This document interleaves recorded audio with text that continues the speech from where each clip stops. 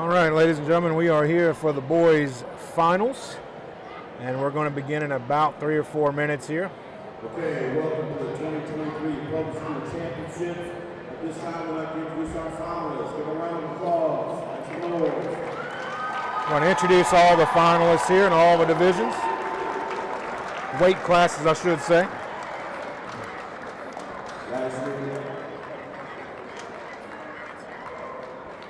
Last year, we started this idea, we had 242 wrestlers. This year, we had 420. 420 wrestlers this year in the public school championships. Rice Latino of Lakeshore goes against Hassan Kala of Chaminade.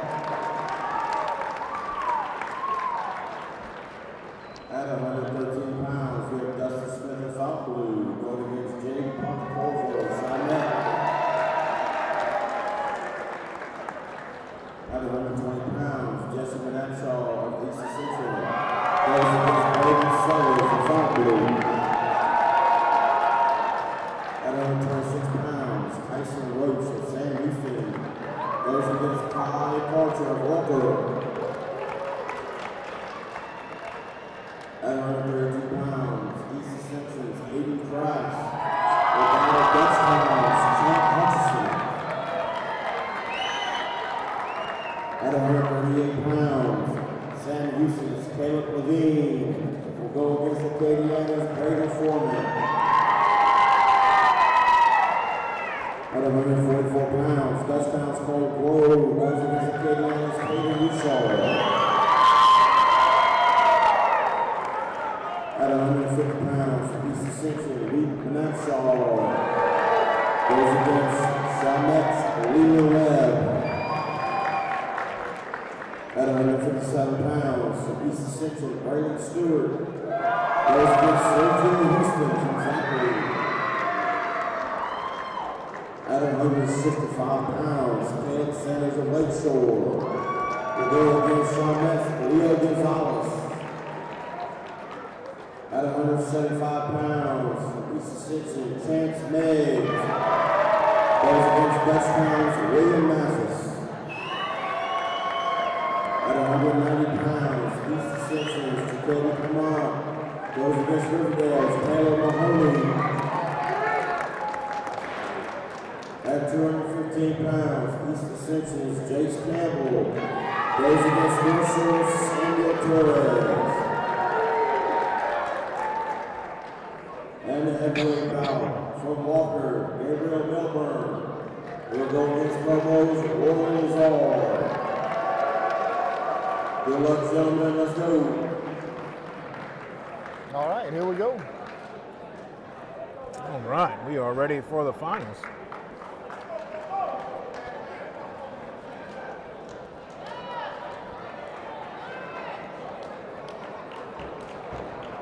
Seven kids from East Ascension.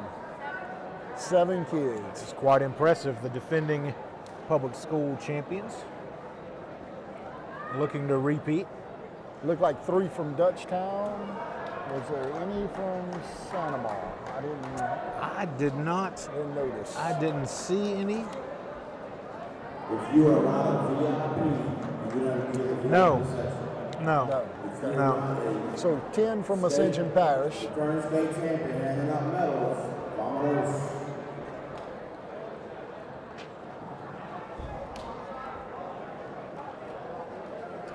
All right, we're all ready. All right, wiping up some mat over here. We had a little spillage of some sort.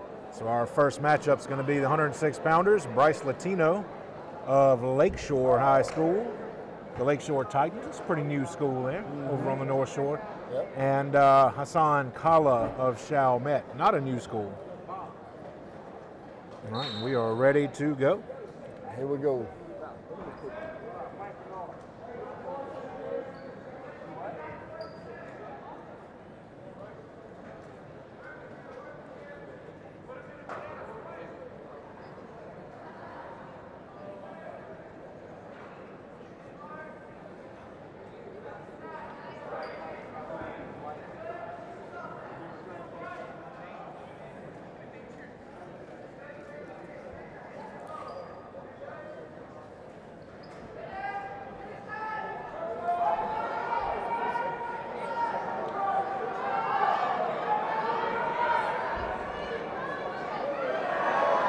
Oof. Got him. Or did he? Man, it looked like it, didn't it? I don't know. I'll tell you. Find you more with the about it. slightest move, either one could get pinned right here. Oh yeah, this is definitely dangerous for both of them. And he got it. Lakeshore wins it. The Titans, not the only Titans in Louisiana. No. North Caddo is also the Titans. They were the Rebels for a long time. They got rid of that and they went to Titans. Lakeshore is a relatively new school. If you haven't had kids in school in a while, you might not even know it existed. Was that a after Katrina kind of deal? I Did think they it was. combine? I think it was. No, I think it's growth. I think it's growth in the Okay. area. Yeah. I have some friends I tailgate with whose kids go to Lakeshore, and gotcha. yeah, it was. They're busting at the seams over there. You know, St. Tammany's a lot like Ascension. Good jobs, good schools. You know, a lot of pressure, population pressure there. So next up in the 113-pound class, we have Jaden Pontecorvo of Chalmette versus Dustin Smith of Fontainebleau. Now, how come the referees don't check with us to see if we're ready? They checked with the other broadcast company to see if they were good. That's a good question. I mean, you know, that's because we're always ready, Ralph. We're always ready. We're born ready.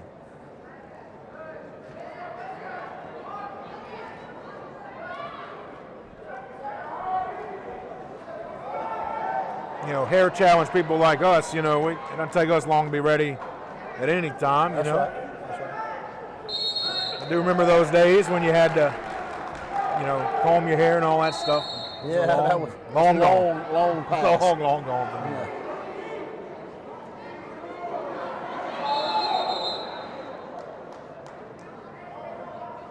I'm not sure what they stopped it for, but they're making them stand back up. I don't know if that was a legal hold or something. It's one of those times where I wish I knew more about it. The official in this match, Brandon Biven, a EA graduate himself. Someone who knows way more about wrestling than us.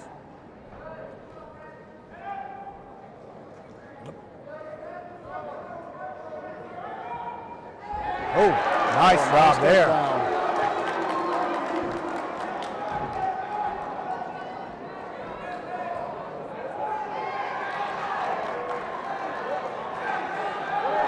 He's done.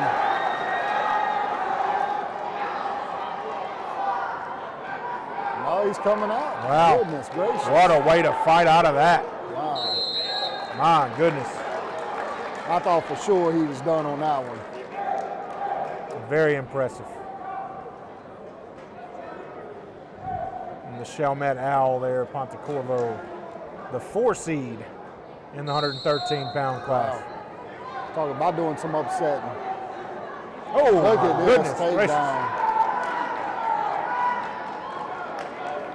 It's impressive they're using 2 officials. That They is can a see great from all thing. angles. It's kind of like 3 in baseball, but I trust these 2 more than I trust 3 in baseball. Hey now.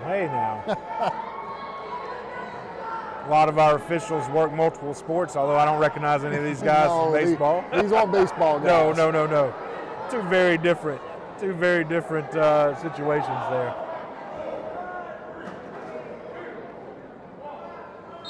Oh, nice. So there we go. That's the end of the first quarter here. First period, I guess. Period. Yeah. Can't be a quarter if there's only 3 of them. I don't know, in that Common Core math, that might make sense to somebody. I guess this is like hockey, huh? 3. You get 3 periods. Yeah. All right, You wouldn't want to call them a third. You got some blood? We got some Somebody's blood. got some blood. Yeah, I'm going to go get that glued up there. Zabby Gotro there, EA assistant athletic trainer. Doing a fantastic job. Been here all weekend. Absolutely. You know who hasn't been here all weekend? Renee Ponce, No, the he is the not. head athletic trainer. He is not. He actually got the opportunity to go be on Ole Miss's sidelines today for the Wow. Peach Bowl. Impressive. I'm Is he a spectator or is totally he- making that up. I don't Oh, know. No. okay. He's probably Well, you sold me. he's probably relaxing somewhere, which he doesn't do very often. But he left us in the very able hands of Miss Abby Gotro. we've been relatively injury-free. Yes. Had This a couple weekend. yesterday. Just, we heard nothing major, nothing, no broken bones, no torn ligaments, which is always a good thing. You know, we did have a concussion. One of the East Ascension guys Oh. ended up with a concussion. we do have state coming up here, not too far away, so you know you always get a little nervous there. Ian Keller, who was, had a good shot at the 113, he ended up getting a concussion yesterday and pulled him from the tournament. Yeah, he was in the 5 seed there. Yeah. Made it through his first 2 matches, and then won, and then lost due to injury there to Pontecorvo, who was here in the finals here, getting doctored up here as we speak.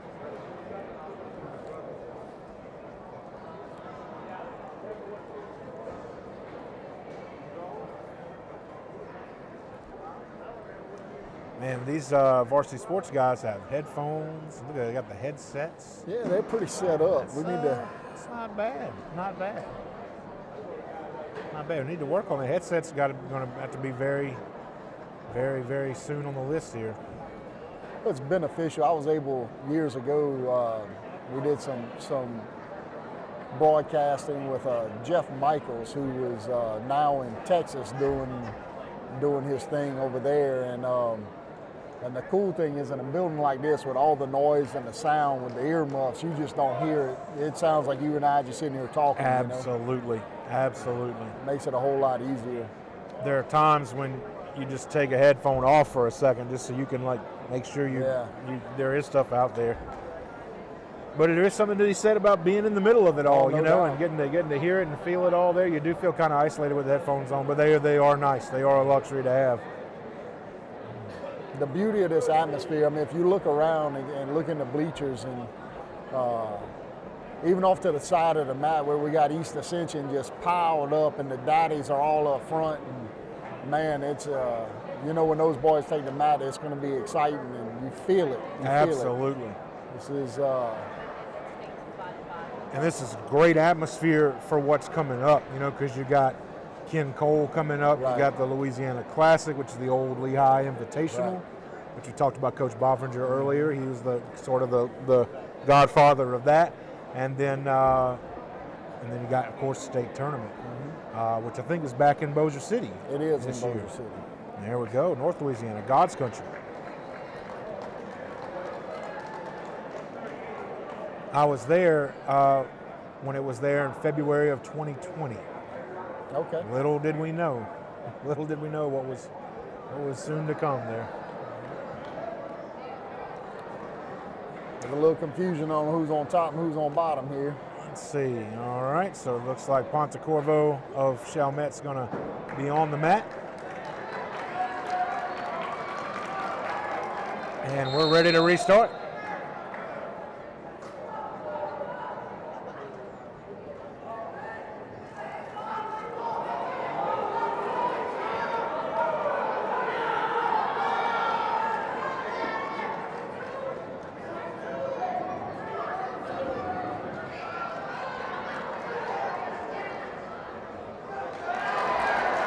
Oof.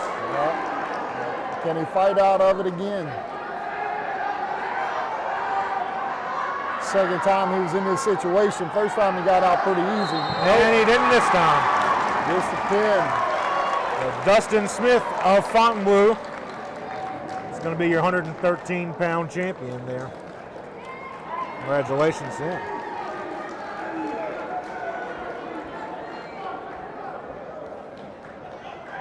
We're going to move on to the 120-pound division here, where we're going to see Jesse Manekshaw of East Ascension versus Braden Sellers of Fontainebleau. So back-to-back Fontainebleau Bulldogs. Well, say Fontainebleau's coach is the only one I've ever seen in a tie out here. Yeah, I tell you, you don't really, you And hate there's- to typecast people, but wrestling coaches are definitely like sweatshirt Yes. kind of guys. Yes, you know, hoodies. you do not see many. You don't see many dapperly dressed Even the wrestling normal coaches. weekend duels and stuff we go to, he is always in a tie. He always dressed sharp. That is, I tell you what, that's impressive. That is impressive. Now, McInshaw, he's been out on injury, and this is really, if I'm not mistaken, this is the first weekend he's wrestled this year, and he's here in the finals. Got to be feeling good about that.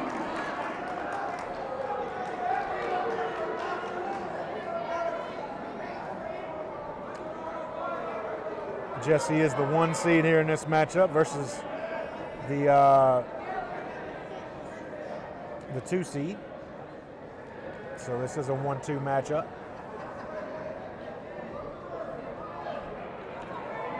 And they're almost out of the screen, almost off the circle altogether here, way over on the left edge. And Got to be getting out of bounds soon. I hope so, because our cameras, well, all we can see is the bottom half of these guys here. I can guarantee, and they are out. There we go.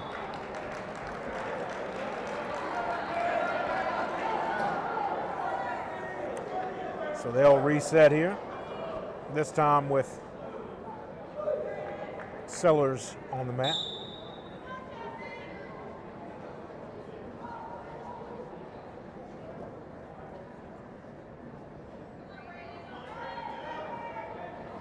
You know, we talked during the girls,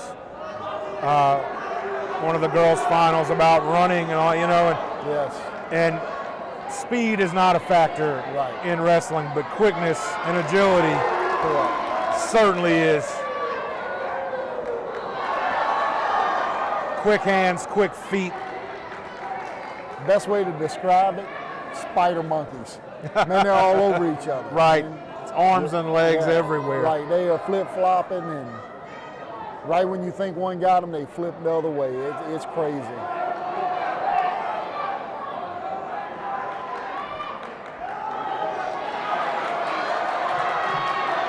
He's in a bad spot. A really bad spot. It was time. Time saved him. Whew, saved by the bell, my goodness. Well, that was too close to call. I can tell you right now, that is not going to feel good tomorrow. Oh,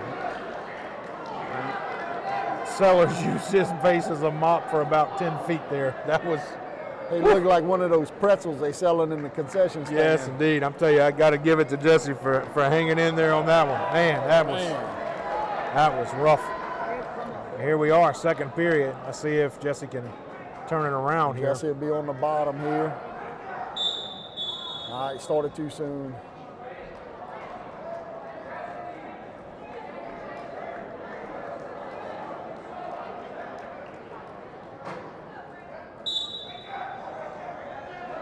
Got to get out of this.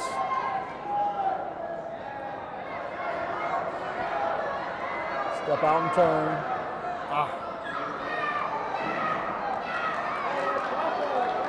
It's a very good match. Very good match.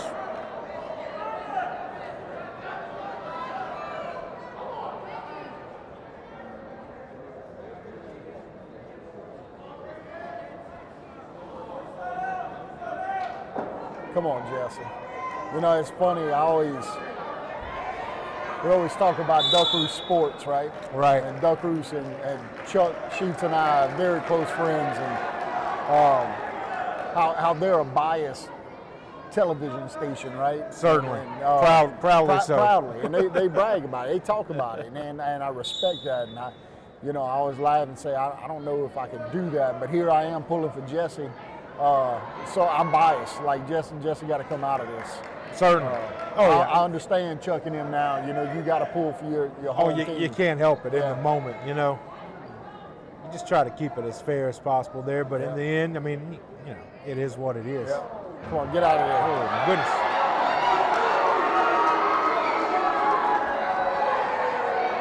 Get him, Jesse. Good. Wow.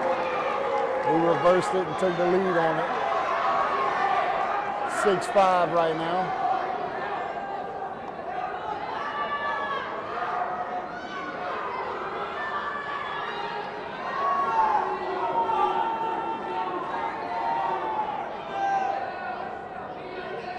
I think one of the things that comes to mind watching this is just the amount of force and energy without much movement. You see Correct. these guys just looks like they're just laying there on the mat, but there's so much force being exerted between these two guys.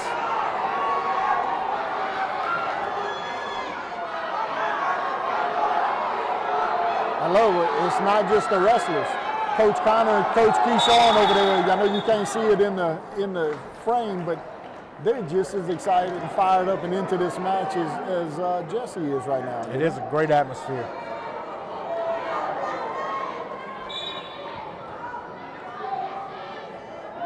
That's one good thing about East Ascension, man. Coach Mahoney has done a great job at building this program, and he surrounded himself with great coaches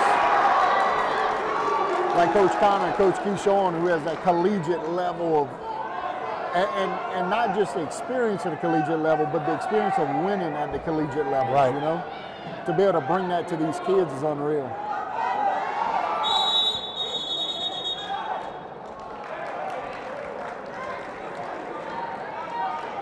As any head coach will tell you, you can't do it alone, you know. No. When we were doing our Caffeinated Coordinators podcast, and Coach Pell talked about Jimmy Johnson when he found out he was going to be in the Hall of Fame, you know, the first thing that came out of his mouth was all the assistants Correct. who worked under him, you know, and Yeah. you know, you think back to all those guys, you can't do it by yourself. No. And the more help you get, the better. And it's not easy. It's not easy to find assistant coaches these days. Well, and especially in a sport that, even though it seems to be big at EA, it's still fresh and new, and it's not big in our area, in our parish, you know? Right.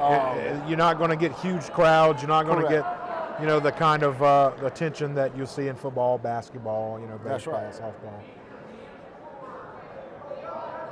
Which makes it all the more impressive, all Absolutely. the effort that gets poured into it. You know, it's easy for anybody to get excited about a Friday night, Yes. you know, but to do it in these sports that don't get that kind of spotlight, they deserve that spotlight. And that's one of the things we're trying to do is put a spotlight on these guys.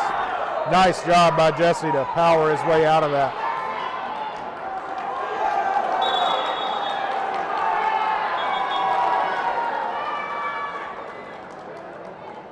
Called a foul on the, it's going to tie it up. I didn't see what it was, and Yeah, I saw it, but I don't know what you what you call it, but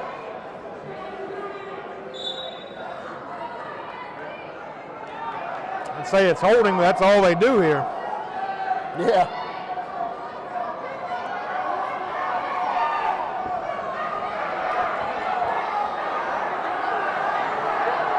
Turning.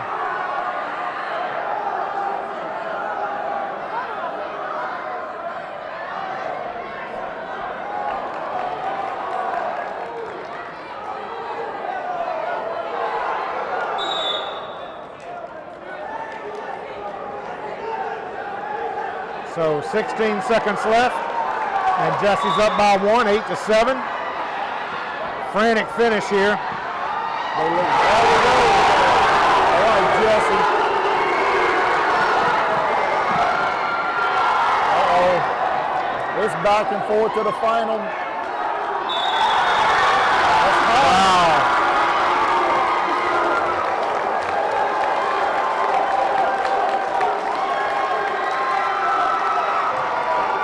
That's a heck of a job there. Great job by both of those guys, Braden What a Sellers roar. and your 120-pound champion, Jesse Manexar.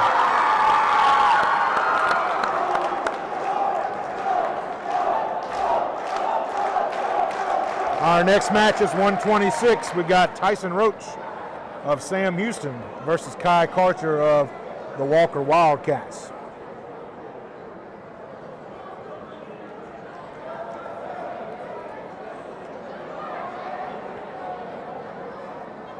Walker will be wearing the green, which is fitting for them. And Sam Houston will be wearing the red.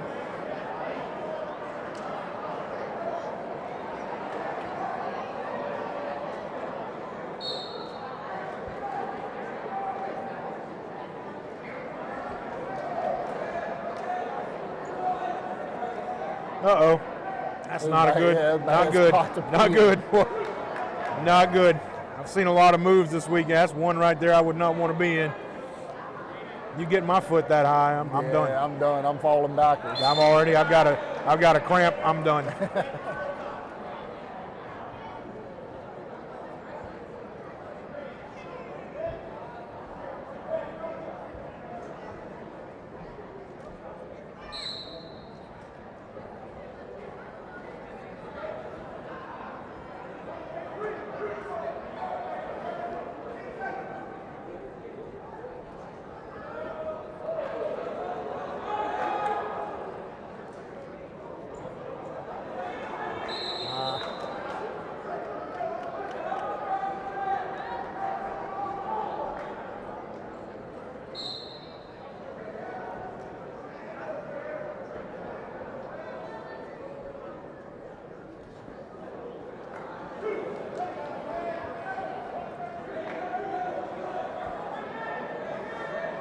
Oof. Not good when your head's the only thing on the mat. Yeah. I don't understand though. I mean, okay, so he pulled a little separation there, but the match was so close, and he just lets him stand up, and he gets him a point for escape. A match at a point system that close, I don't know that I would just be giving up one when you're only up by 2 points. Right. You know? Right. There again, that's how little I know about what we're doing. I think that sounds wonderful. That could be totally wrong, but it makes sense to me.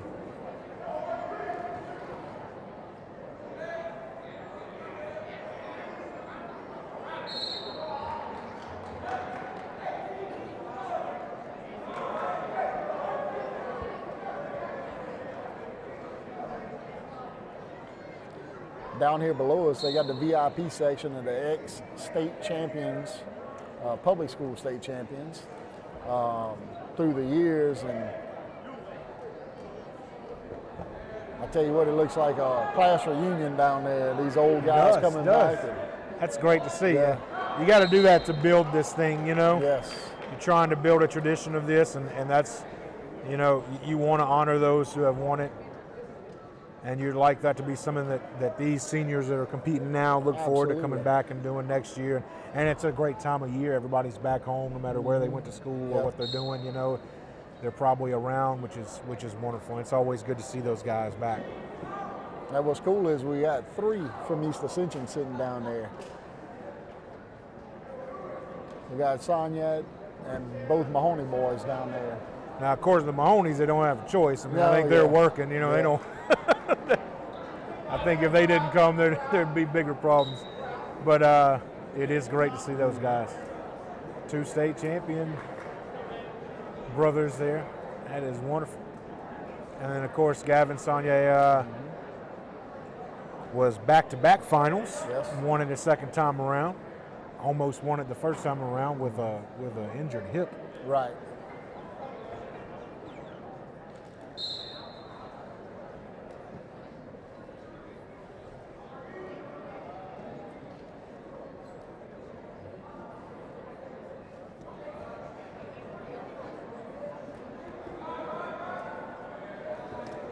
Of course, he lost that first time to Catholic's Connor Finucane, who ended up at West Point. Played in Tiger Stadium against LSU as one of their best offensive linemen. That's impressive that you know that. I remember an awful lot of stuff there. That was a heck of a match. I remember I think that match ended up 3-2, I think, or something like that. That was amazing. Watch that live and in person. That was in the 2020 state championships there in Bossier. I remember that very, very well.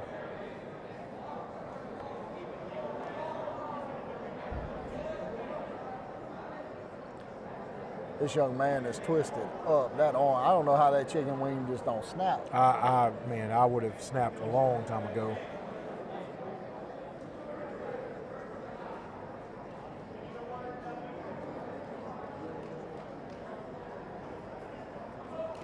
Uh-oh.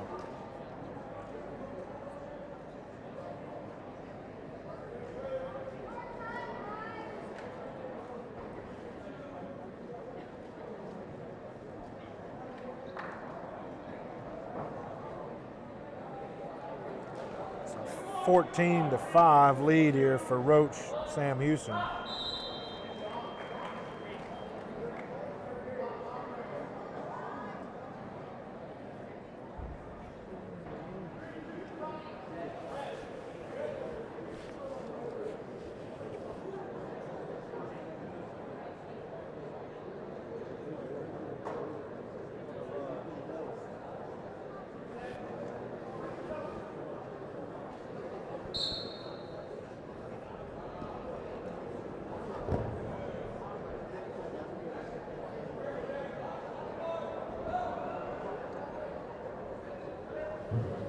Needing a pin right here. That's the only way the young man from Walker is going to win this one.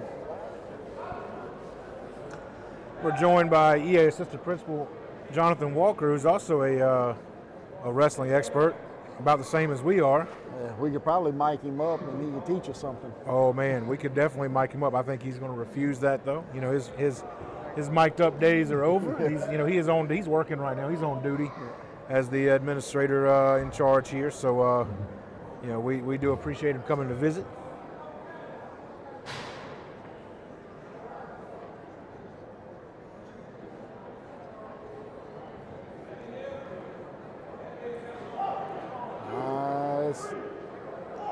It might be it.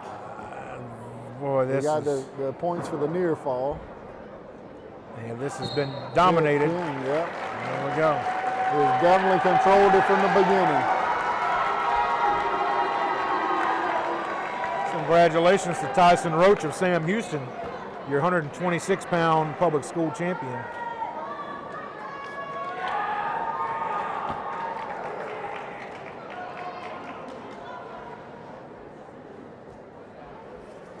Next up, we have 132-pound weight class here. And that's going to be the 1 seed, Aiden Crass of East Ascension versus the 2 seed, Champ Hutchinson of Dutchtown. Last month, Aiden Crass got his 100th victory, which was pretty impressive. Incredibly impressive, coming in at 41-2 coming into this tournament.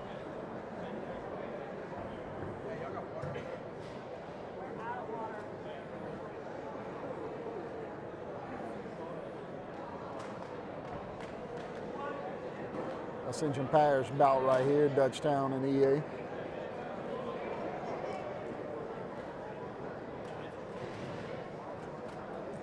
I tell you what, if your name is Champ, a little bit of pressure on you there.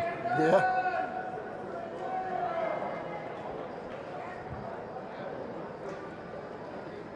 It is interesting to see the styles change as you go up in weight here. Yes.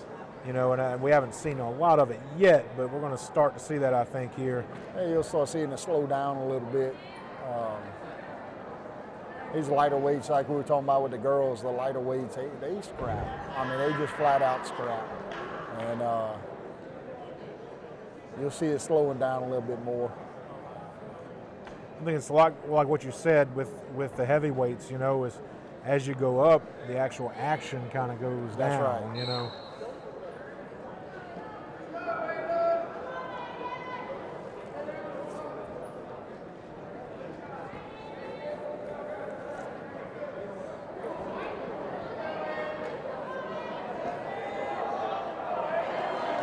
I'll tell you what, they all over each other.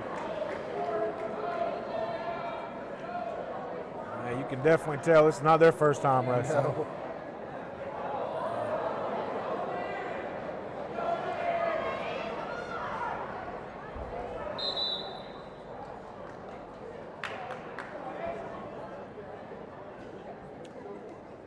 All right, so So I do know this move here, he's not going to get on top. He's placing his hands. He's giving him the escape. So he's giving him 1 point right there.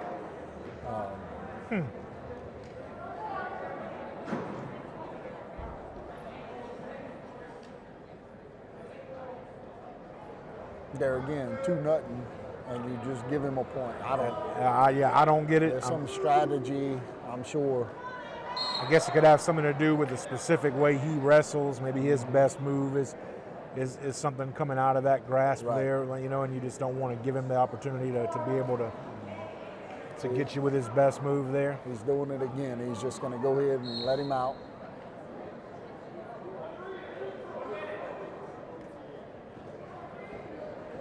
Uh-oh. We got everything away from him but his head.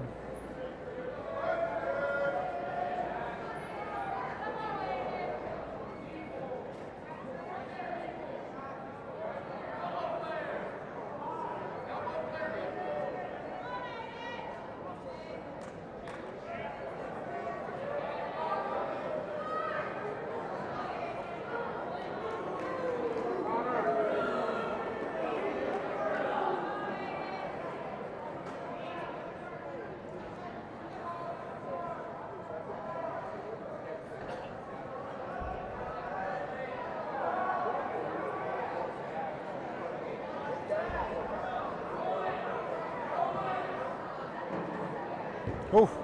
Woo. Crass likes to do that roll, but man, you can end up in a bad spot. Yeah, that's a risk I wouldn't take. But I'm not him. No.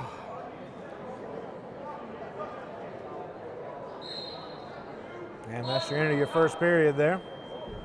Crass takes a 6-2 lead into the second period. He's almost like a Clark Kent. When you see him off of the wrestling mat with his glasses and normal clothes, he's just an average Joe. Absolutely. And then once they hit the mat, he becomes Superman. You know, it's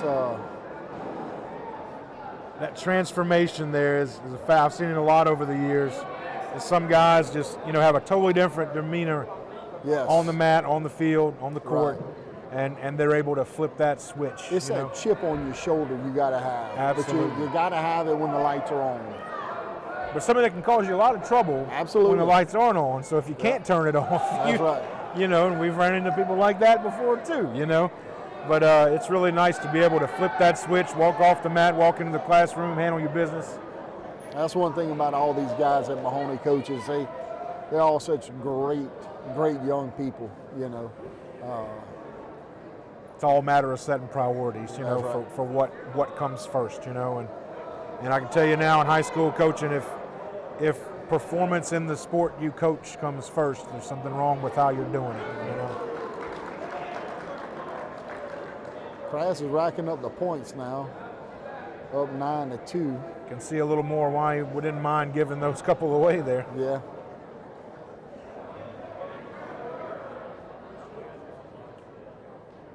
No better feeling than the pin, I'm sure. So I'm sure that's what he's wanting to finish with. I'm sure.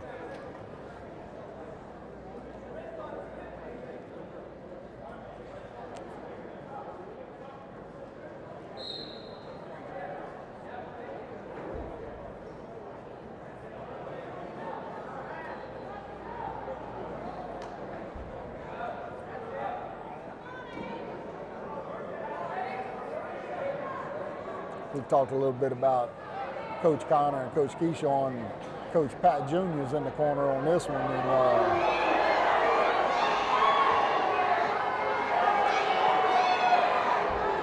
And he does a phenomenal job with these young people as well. Our support cast is so good at East Ascension with these guys. It's nice to have Pat Jr. there on campus on a daily basis. I got to give him a shout out here.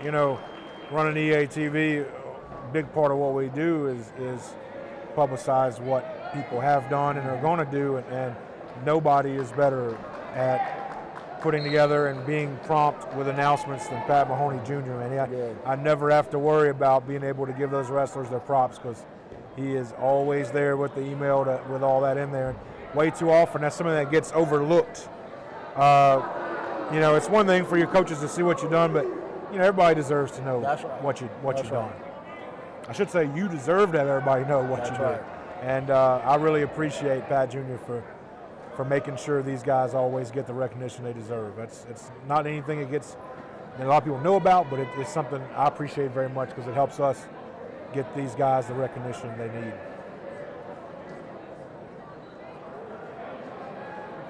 While we're at it, we want to thank everybody else in the background. Always feel to help the hospitality room. Here we go. Crass won it. There it is, 18-2, Aiden Crass. is your 132-pound champion.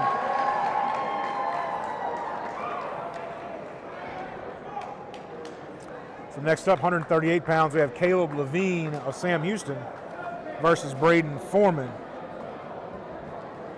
of Acadiana. You get to see that Alabama A again. Yes, sir. It's in gold, though. It is. It's hard. It's a little bit hard to see. A little bit. I can kind of squint a little bit, and I don't see it anymore. So I'll take that. Sam Houston and Acadiana, old district rivals there. You know, so I'm sure these guys have seen each other a time or two. As I was saying, you know, all the people behind the scenes, the hospitality room. I know you cooked the jambalaya yesterday. That was still great today. You know, we have a lot of people that don't get noticed and don't get attention, and they're not seeking it. You know, that make all this happen. You know, the Kellers, the Amadeus, absolutely, Sonya's, all those guys. Man, it just means so much. And you know, Rev here, you know, providing us with this great internet. We're on Ethernet for the first time in a live stream on EA TV, and let me tell you, it is a game changer. So clear. That's how we're able to bring you this live streamed in 1080p. Well, what you guys do with EA TV is unbelievable. We watch it daily. It is. There's one thing I learned. My son will never be a TV host.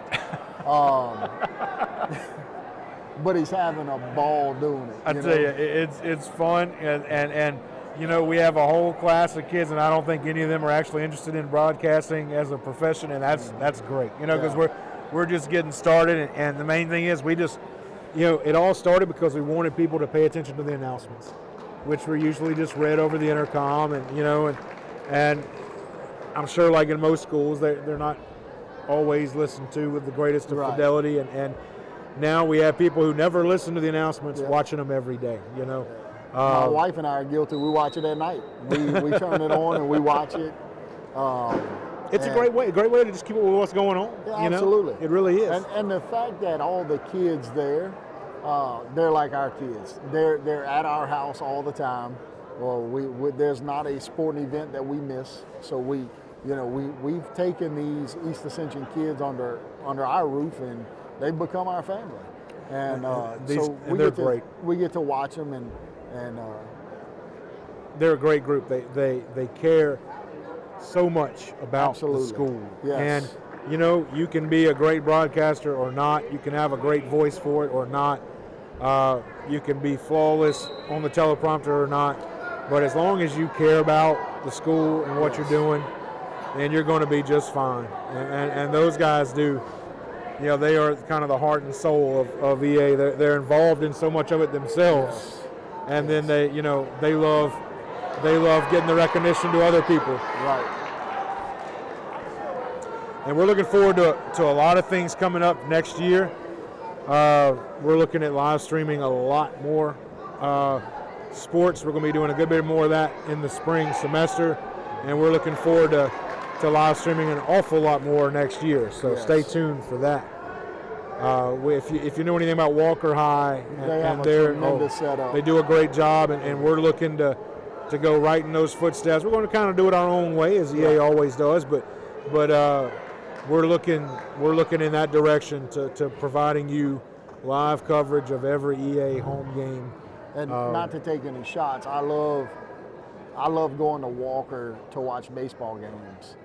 Not because they're that great, okay, but it's because of the big screen in the outfield and the fact that they have camera crews that shoot the games like you're watching a Major League Baseball game. They do instant replays.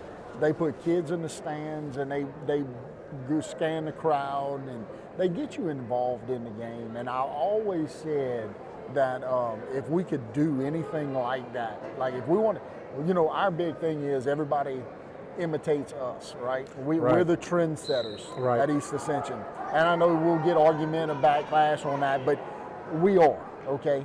And but if we had to copy anything from anybody, it's what Walker does with their broadcasting. Couldn't agree more. Couldn't agree. Denham Springs also does a wonderful job. If you never checked out Denham Springs TV, on YouTube. They do a great job. They do it a little differently. Walker's much more focused on live streaming, which I believe we will be as well. But Denham Springs, they had a crew in the Dome. They interned in the Dome for the state championships in football and got experience doing that. It's just really cool. And they're a few years ahead of us in doing all this. And I tell you, they've given us a good target to shoot for. They really have. I'm really impressed with those guys. What's the young lady from East Senior graduated a few years ago? She's now on the news. And I know her name, and I'm drawing a blank, and I apologize. Was that Jacelyn? Yes, Jacelyn Wheat. You know, that right there should be motivation for kids to take that class and participate with that. She's doing phenomenal on the news right now. And it's, you know, there are a lot of jobs available in that field. A class like that. No, there was nothing like that. Nothing like that when she was at EA. And, you know, I do believe in the future we will be getting some people who are really and truly interested in this as a career. And, man, you can get some great experience because you can, I mean, it's a miniature version of what you see in Tiger Stadium or in the Dome, but you get a chance to be a part of all that sideline access. And, you know, and so we have the sky's the limit. I mean, we need to work on getting you a desk for your guys to sit behind. Oh, an actual news desk. Yeah, news desk. In fact, I think that may be. I don't want to talk out of turn here, but I think that might be coming sooner than you might think. Even a portable. Wow, look at this move. Wow. Time goes out as he leapfrogs him. Wow. Even if you get a portable one, that way you can take the ball games. Right. And set it up. Almost like a portable DJ booth, you know? Absolutely. The facade that opens up with the logo on the front. That would be cool. Go ahead and have some stuff already in there, like some power strips and stuff kind of bolted down on there. So if we got any, you know, sponsors or people want to donate, you know, hey, yeah, EA TV could take it. Absolutely, we could run with it.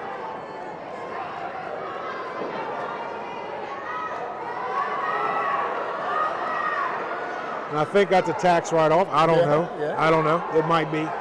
The right CPA can make it a tax write-off. There you go. And that right CPA just might be Mr. Loyson Porto. Yeah, maybe. So there we go. We're already practicing. So if you'd like us to replace his name with yours, just, you know, hey, let us know. I know we're talking a lot about EA TV right now, but this is one heck of a match going on. These guys are back and forth. Like we said, district rivals. Sam Houston and Acadiana are competitive in a bunch of different sports. And these guys both look like they very well may play other sports as well.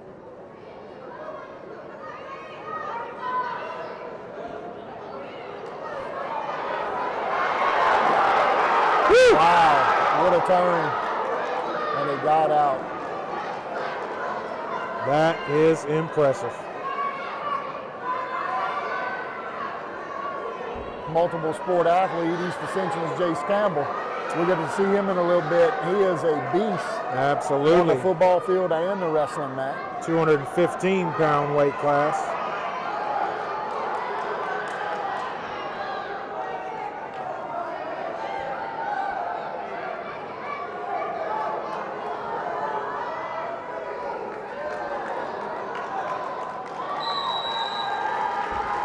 All right. That'll finish at 9-6. So Acadiana defeats Sam Houston. And your 100 and... No, Sam Houston won that, didn't he? Let me see. Yes. Yes, you're right. Yes, you're right. Sam Houston won. Caleb Levine and Sam Houston, my apologies, defeats Braden Foreman.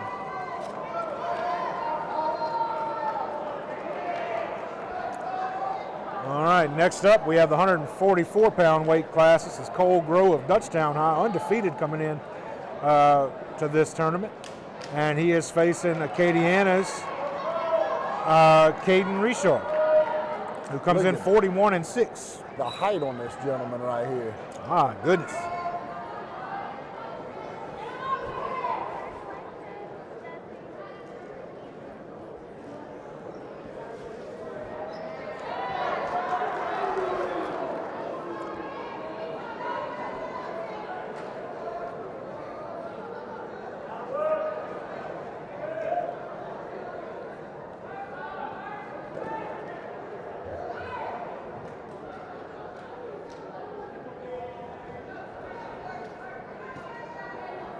with the athleticism on display here.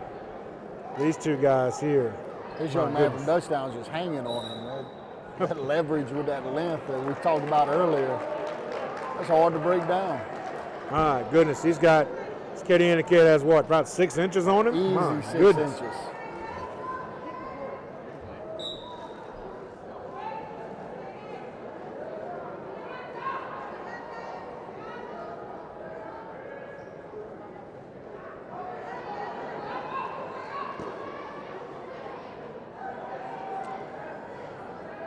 Grow has an early 2-0 advantage here in the first period.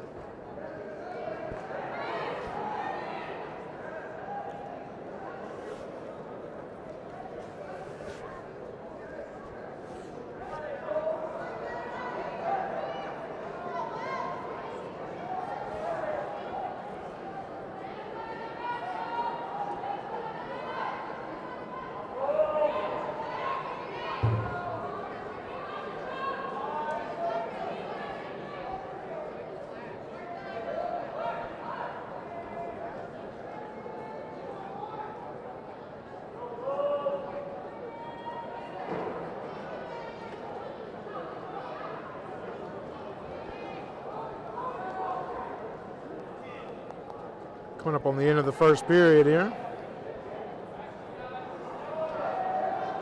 Referee's calling for action here.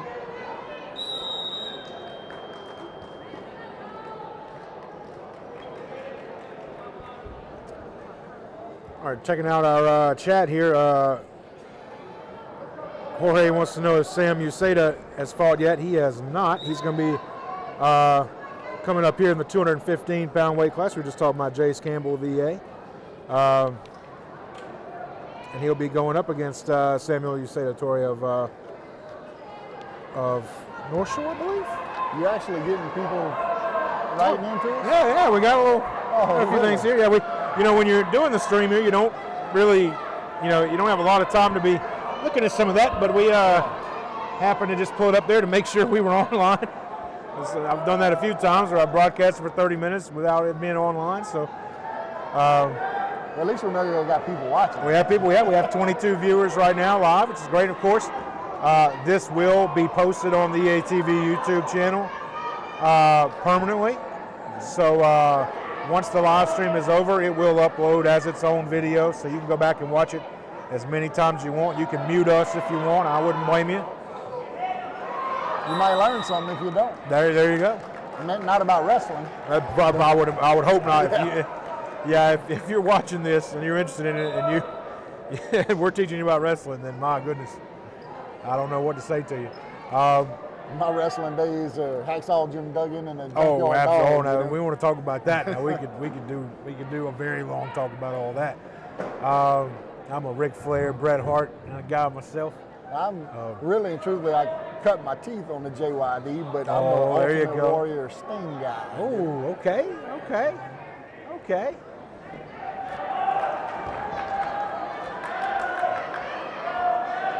Yeah, if you're watching, all we ask is that you do like and subscribe to the channel there, even if you're not, associated with EA, and you may not be keeping up with us, but we do provide all this, of course, totally free of charge. So, that's all you have to do if you'd like to help us out a little bit is just like and subscribe to the channel, and we'd appreciate that very much.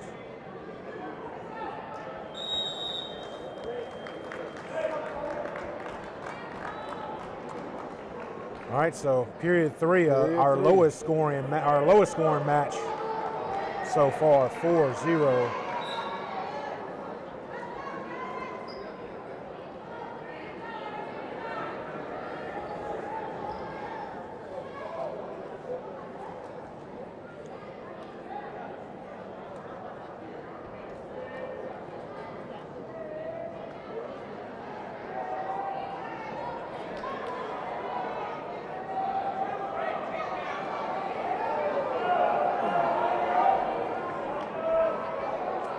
Well, he's not going too far without that leg. No. And with a 6-0 lead, I don't don't think Grove plans on doing very much here. But you know what doesn't change from sport to sport? The coaches and the bleachers. and look, I'm guilty of it too, okay? I'm not taking any shots at anybody because I do it myself, but that's still, every dad out here is barking. Even every mom is out here barking. It is, it's amazing to watch the crowd get into this. Oh, it's fun. Now, if you're the kid now, it might be a little tough to tune Right. all that out, and focus.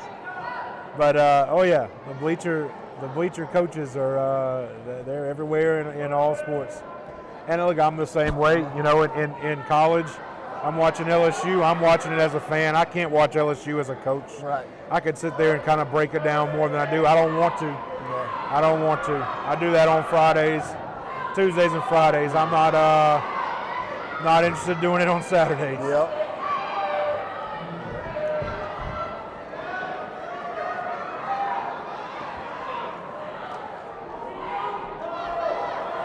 Last 10 seconds here of the match. Dutchtown's got it in hand unless there's a miracle pin. Oh. Not going to get Okay, it. no.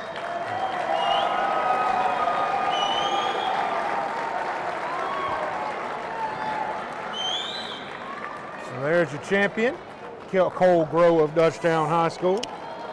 Congratulations to him. And next up, we're moving on to 150-pound weight class. I remember weighing 150 pounds a very, very long time When ago. I was 9, maybe. Yeah, 150, that might have been fifth grade for me, maybe. I don't know. Now, believe it or not, I was a skinny kid, and I was not. and now I'm nowhere near that. But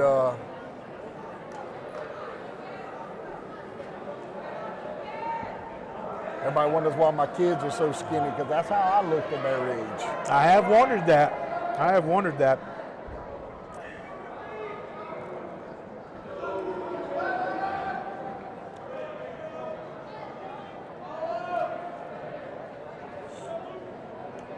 All right, so we have Leland Webb of Chalmette versus Lucas Monekshaw of EA. Lucas is the 2 seed here, coming in 21-9. Leland is the 1 seed at 28-2. A little pressure. His brother just won state. Right. Just won a public school championship there, so they may not admit it, but I'm sure they're keeping score. Oh, no doubt. Being They a brother don't do- myself. If they don't do it today, it'll be tonight when they get home. Oh, absolutely.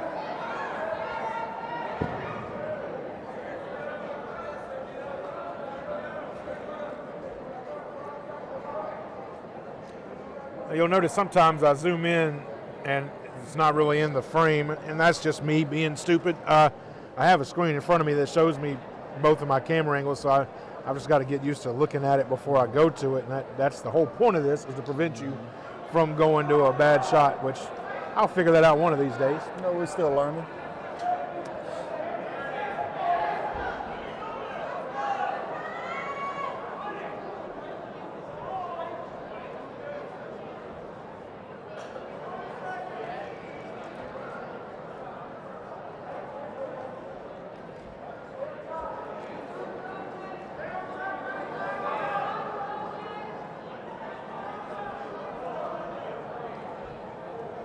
Speaking of tall people, I don't think anybody here on this mat is as tall as this official we have here. No. I just noticed. My goodness.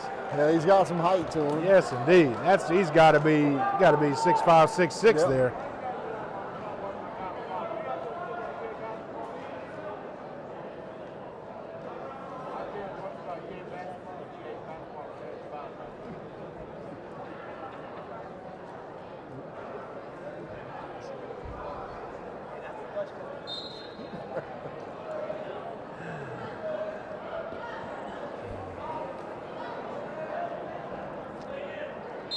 And they're off out of the circle there. Second period, early second period. 2-0 lead for Webb so far.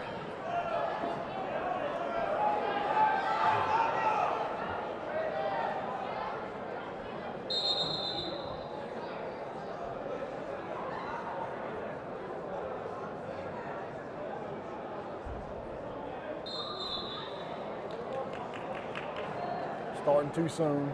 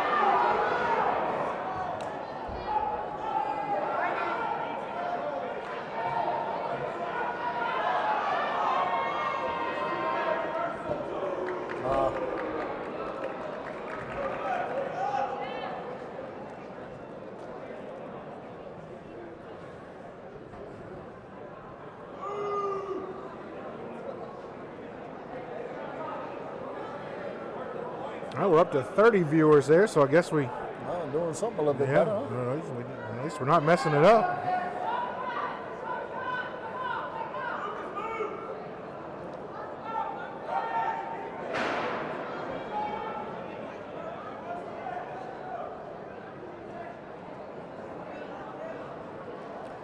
So I'm getting anecdotal reports here of Georgia destroying Florida State so far. I haven't been able to check on that, but I have definitely, I am hearing that it's not going well for the Seminoles, which God bless them, they got a tough break.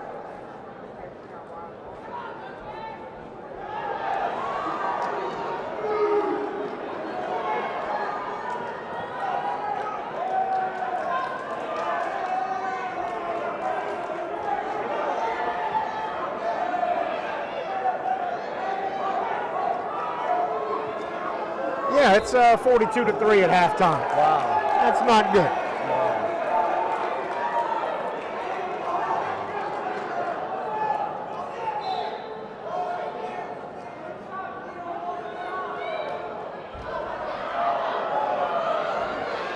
I still laugh because like him or hate him. Oh, wait, here we go. Boy, that was He slipped out. right there at it. Man, my goodness. Like him or hate him, but when they asked Saban after the end of the season, how do we fix the broken system? And his answer was a question, and he said, what's wrong with the system? And I have to agree with him. Like, apparently they didn't believe Alabama belonged, right? Right. But in saying that, what conference is better than the SEC? In the last 20 years, you're not going to have any competition there. None. So if it wouldn't be a money issue, because that's what's driving it, they should increase the number of teams in the playoffs. Absolutely. And then you will find all your SEC teams will be at the end of that playoff And system. I think the SEC would welcome that. Yes. They don't care. You make it 4 teams, they're always going to have somebody in it, at least one. That's right. You make it 32 teams, you do whatever you want. Yeah. The SEC is going to be there in the end. That's right. I kind of like Mike Leach's idea. Let's have a 64-team playoff. Yeah. Why not?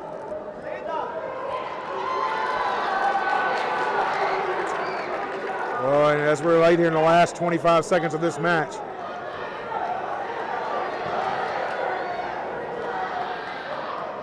Lucas has got to make something happen here if he has a chance. He's going to have to try to pin him here, and he's not in a position to do that.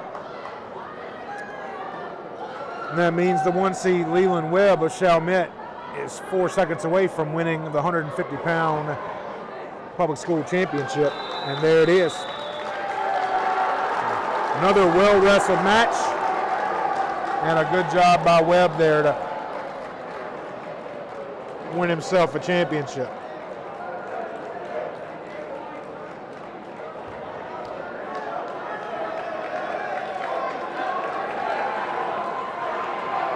So next up, We're at 157 pounds. Who do we have here? We've got Sergio Houston of Zachary and Braylon Stewart of East Ascension. Houston comes into the tournament 29-2, and Stewart comes in 42-5.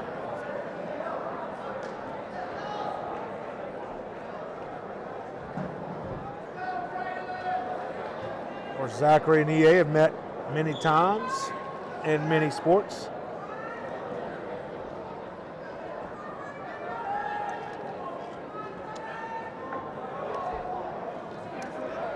And you can see, if you're a traditionalist, you can see that black just seeps into color schemes of schools. You know, you're seeing it more and more.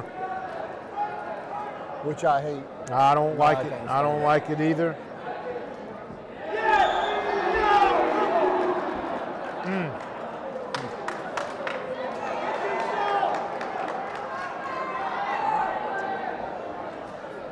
You know, Mike is getting a little fired up behind us. Yeah, and this is like the press box, I would say. I think you Yep. you can't really have the press. You can't really have the press box be a place for all the yelling and stuff there. But maybe wrestling's a little different.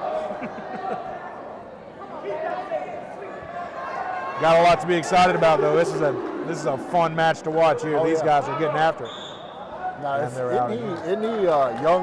He's a young guy, right? He's Yes, a freshman, isn't he? I think he is a freshman or sophomore. Yes, he is. He is definitely young. Sky's the limit for him.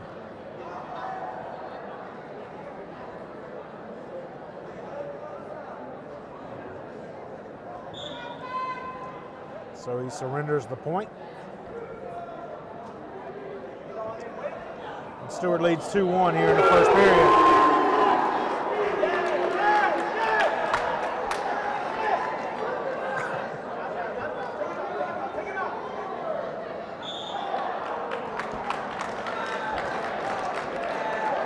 One lead for Stewart.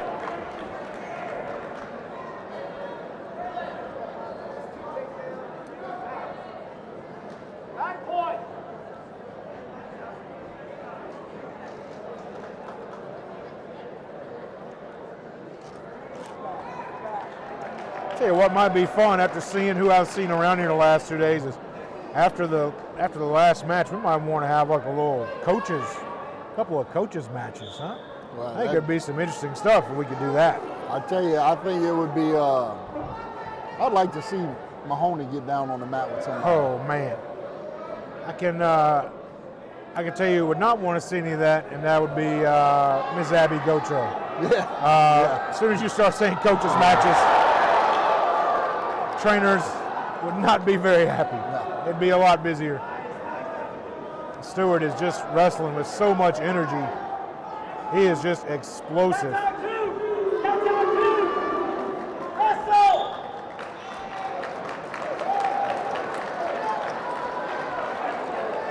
And you just notice the little things like anchoring that foot in the circle there to make sure he didn't get drug out there and miss out on those points. This kid is so intense, man. Does he play any other sports? I'm not sure.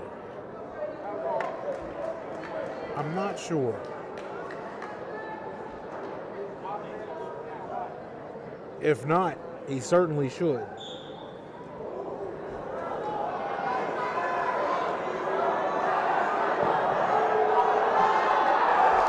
Oh, he's got it.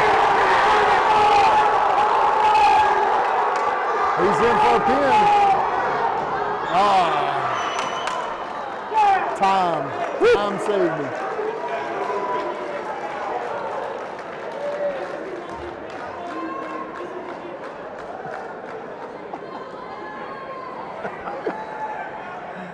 So VIP booth is not happy down there.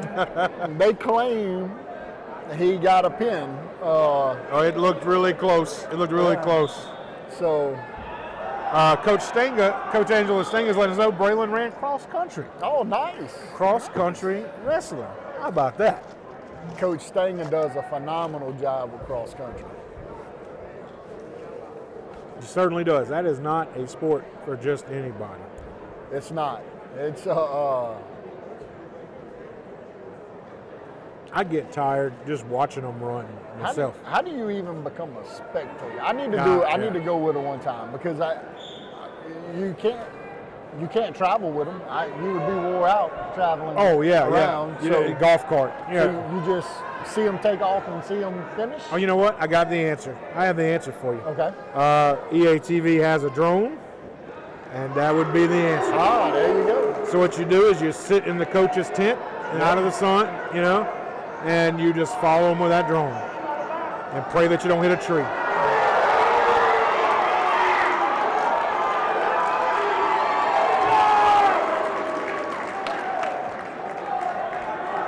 Well, I tell you what, pin or not, Stewart is dominating this match. He's demolishing this young man.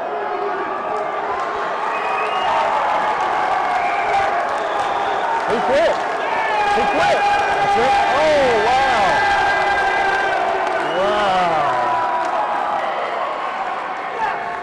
Wow. Stewart has just energized this whole building. What an impressive showing. What an impressive showing.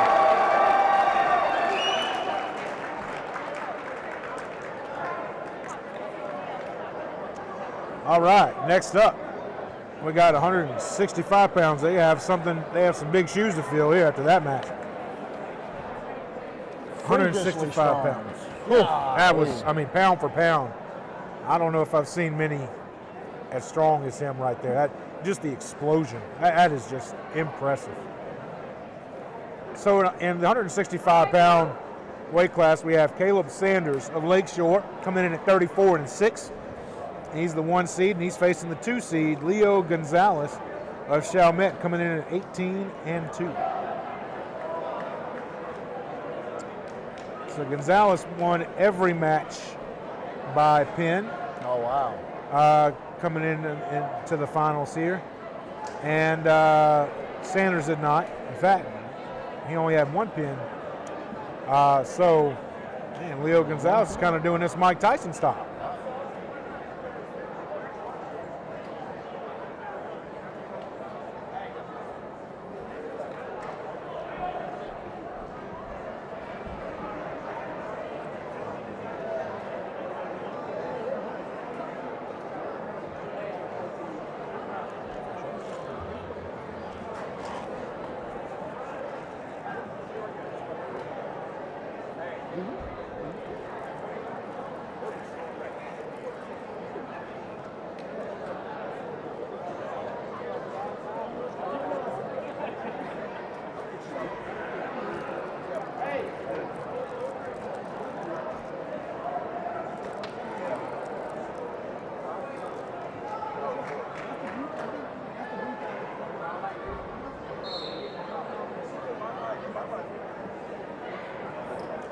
All right, and we're started here in the 165-pound weight class. Gonzalez from Chalmette in the white there with the owl.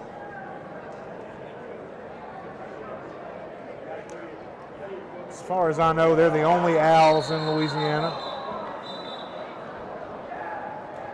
I think they're the only other team that wrestles in white besides East Ascension. Yeah. Now, Don't East see it very Ascension often. wears the yellow in the finals, but white is not a common color. Of course, Caleb Sanders is from Lakeshore. You can see those Las Vegas Raiders colors there. Yep. I've noticed that more as new schools come online. A lot of them are picking, like professional team color combinations. Seem to be more popular than the old school. It's Absolutely. easier to buy merchandise. And You can see Prairieville, the new Prairieville High School. yes, Seems like they're going to look a lot like the Seattle Seahawks. correct. Hey, Coach, it's tough to buy blue and yellow. People don't understand. People don't understand. You can get blue and white, you can get yellow and white, but it's hard to put the blue and the yellow together. And it looks so clean and classy. It's a hard combination to fit. And unless you really work hard at it, man, it is really hard to match blues up. You know, if you just let everybody do their own thing, you might end up with 7 different blues, you know, on the field to play for EA over the course of the year. And trust, my closet is filled with blue, and I can tell you there's as many different shades of blue as you can imagine in my closet alone. So it is tough. You really have to stand. That's why you see a lot of colleges have their own official color. Right. You know, and you can go buy that color paint or whatever for your house or whatever. And I don't think it's going to be too far before high school start doing some of that too. It's the only way to make sure your stuff is standardized. Yes. And the kind of money that's being spent on facilities and uniforms and all that today, you really want to make sure it is. And even the money we spend on the logos. Yes. Right? We just purchased a new logo a year or two ago, and it wasn't cheap by no means. But it's ours, and we have a right to it. Now, we don't have a college stepping in saying you look too close to us. Right. Like a certain school close to us had a problem with the University of Florida. We won't get into any of that. We don't like to bring that stuff up, you know. Not at all. I do remember when we had a little issue when we had the San Jose State logo. Yes. Which I didn't like that one in the beginning. I know I wasn't a huge fan of that myself.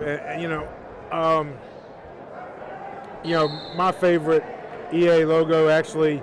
Well, I love the interlocking EA. I think that's just unique and it's ours. Yes. But back in the 70s, we did a lot of stuff that looked like USC. We did. Looked like the Trojan, you know. And I know historically, it's not accurate, but I think that look is the best look. Yeah. So my two favorites were back in '94. The helmet logos were, it was a cartoon-ish Spartan with the interlocking EA, and he was in between them. That was on the helmets. And really, with Paul Bourgeois was our coach, that abstract-looking Spartan head, that is still one of my all-time favorite logos that we've had. And I got to admit, and not to talk about this again, but, that school near us that had the problem with the University of Florida, it looked great. Yes. That was a great-looking helmet with that cursive, mascot name in there that we won't say, but, it looks great. Yes. But the law is the law, And personally, I don't understand why colleges wouldn't. You would think they would be honored. Number one, you're not losing money on it. Right. And number two, why wouldn't you want your brand? Correct. Especially in a rival state.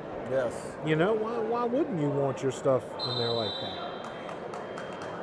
I know a long time ago when I was student teaching, the school I was at, it was the University of Georgia. Mm-hmm.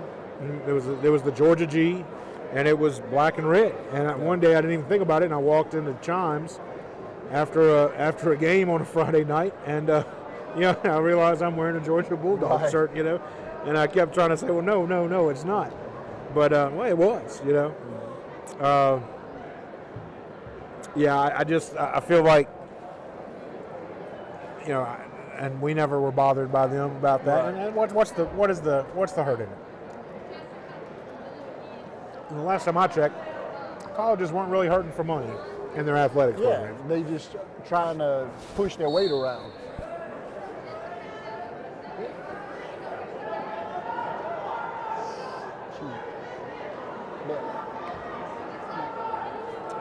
So we're back wrestling here after a brief delay.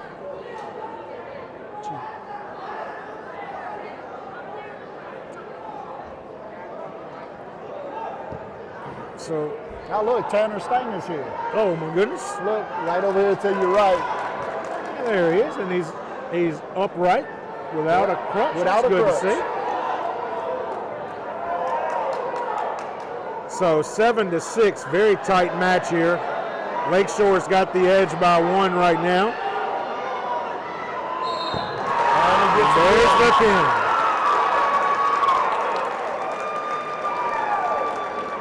So there's your 165-pound champion, Caleb Sanders of Lakeshore High School.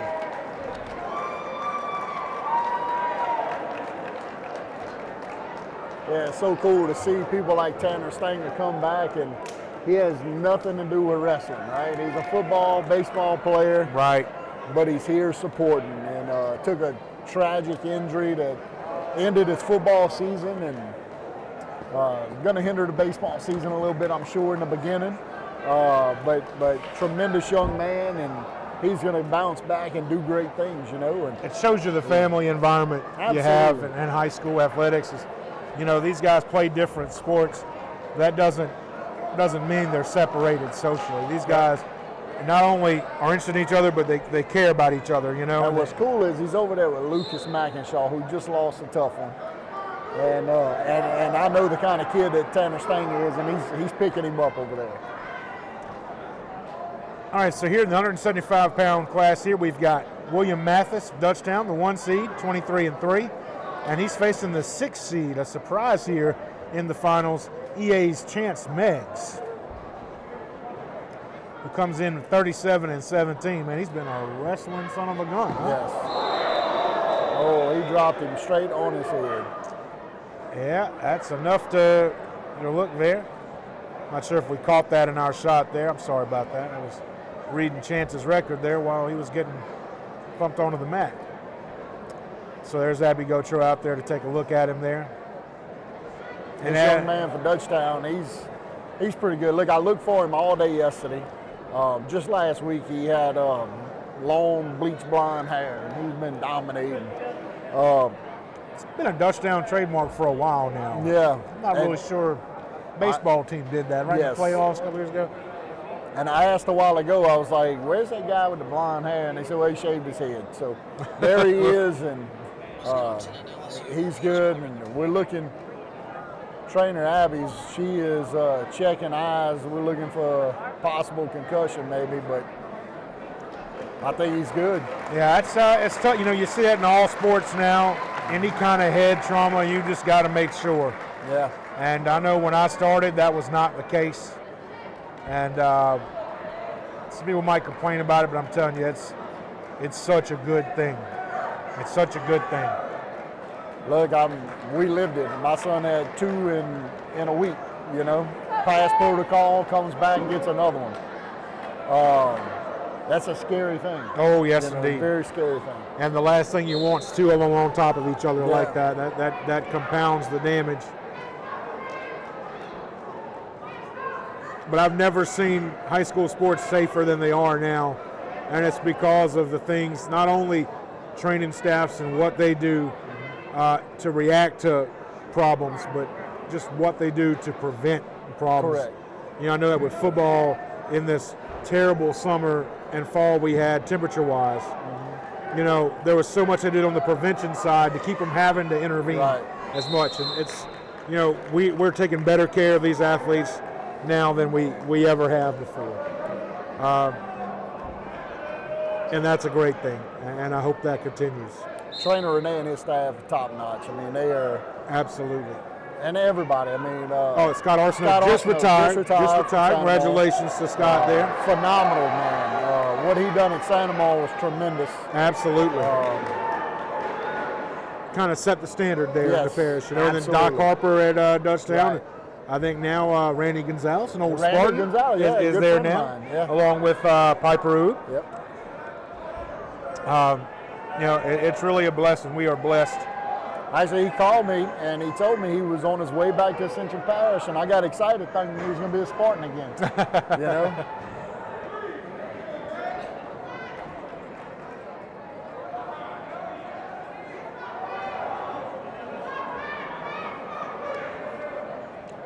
This match is really slowed down here. Coming up on the end of the first period. Mathis has a commanding 8-1 lead here.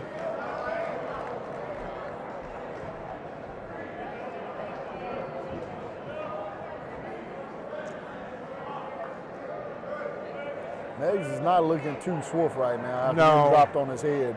No, he may have passed protocol, but he's probably feeling that pretty good right now. Yeah. I would still be right there on the mat right there, Yes. and on that seam where it happened. Uh-oh, bad spot there. So now Meggs has got to fight his way off the mat.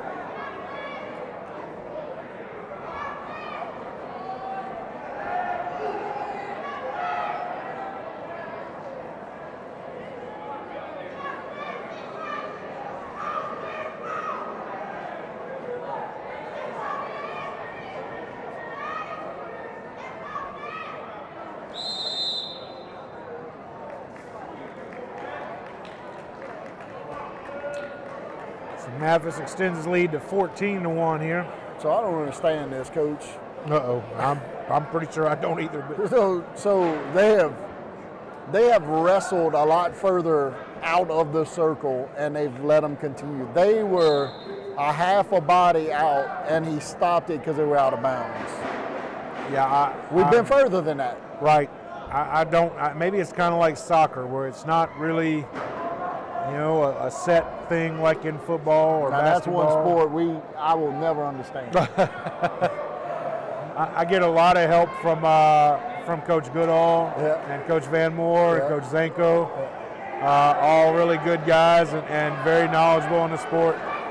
I asked Coach Pedro, how are you all sides when nobody stops running? And when he's giving me a lengthy explanation, I was like, that's fine. They're all sides. I agree.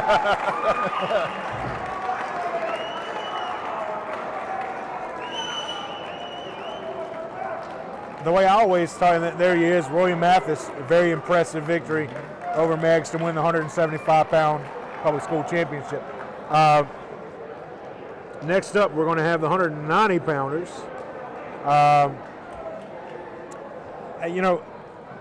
The way it was explained to me with soccer is like all sides is like basketball. You have the fast break, right? Right. And that's what you want to do. You want to pass it, Right. pass the defense, and go lay it up.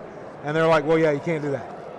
So when it was explained to me that way, that sunk in. All right, so here we go. We have the 1 seed Jacoby Clement, who is 38 and that's right, folks, 38 and 0. Yeah. Very explosive young man right here. Jacoby been really dominant all year. And he's facing Taylor Mahoney, no relation to Pat Mahoney and the Mahonies. Unless he wins. Riverdale. Then matter. He might be. Then yeah, Pat claim him. might be an honorary Yeah. Mahoney there. He's 24 and 2, and he come in as the 2 seed. So this is a 1 versus 2 battle here.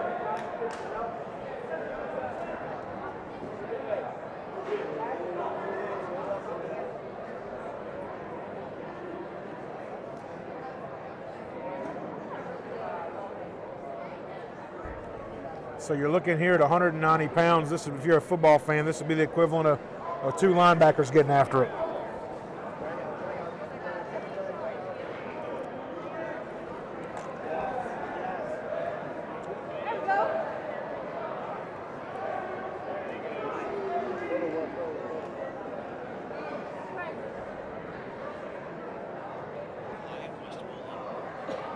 Jacoby got him tied up in something here. You got your points, go back over.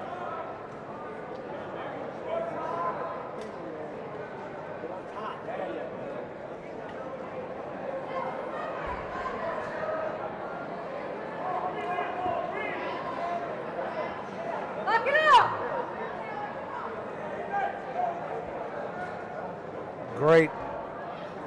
Great match so far here.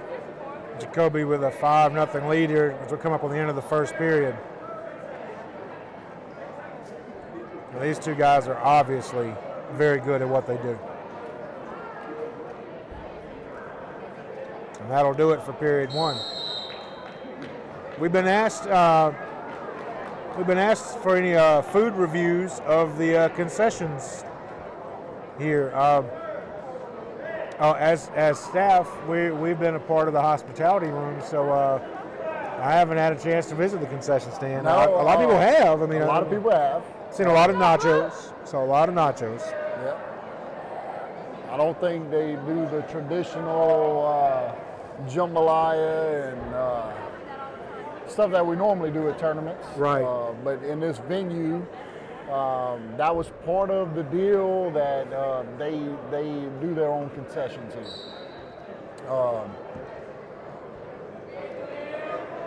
And I think that makes for some very happy parents who usually end up in those concession stands. Yeah, I'm being one of them. You know, but I do cringe at knowing the money we're not making Right. by not having the Right. You always want to try to maximize the amount of money you get out of something. There's so much work, so much work.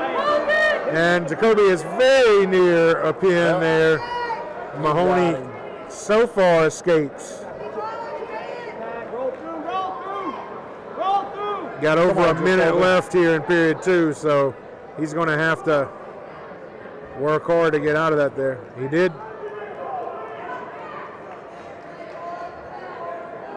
He did escape the immediate threat there, but Mahoney's down 10-1 now. He's got him for the cradle now. Oh yeah, that's tough. That's it. Hang on to him. He's done. He's pinned. Come on. Wow. Heavy. Come on. Heavy. There it is. Said, man, you couldn't fit a sheet of paper under that. So there's your 190-pound champion. What a match.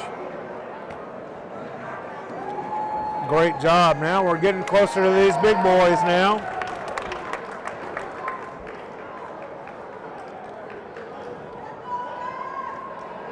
And next up we have the 215-pound weight class. And in this one we've got Samuel Uceda Torre of North Shore versus Jace Campbell of East Ascension. This guy is so impressive. How explosive he is. And now you're getting into this defensive end range here, to continue the football analogy here. This should be a good battle right here. Jace coming in 21-9. And Uceda Torre coming in 3-0. Wow. I think he just came off of an injury, I believe. Okay. I believe Coach Mahoney said something about that. I know he was talking about how he's especially looking forward to this one.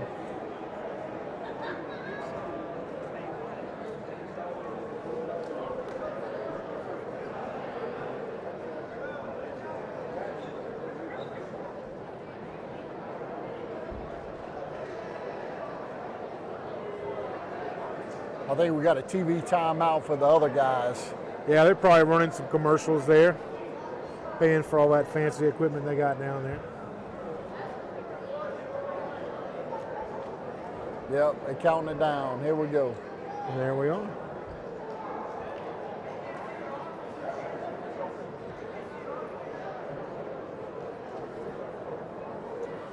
All right, so we're about ready to get started here. 215-pound. The penultimate match tonight here. The final match will be the 285-pound match between Gabriel Milburn of Walker and Royal Lazard of Como. So here we go. Campbell and Uceda Torre.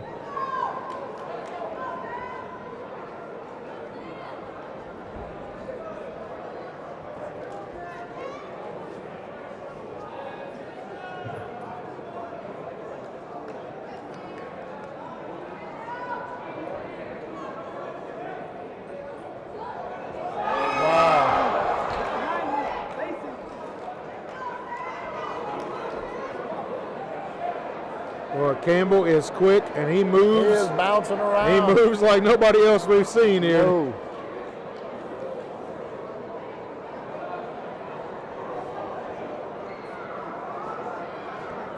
Uh-oh. Surprising, the physiques don't match up, but the other young man's chest is strong. Oh, yes.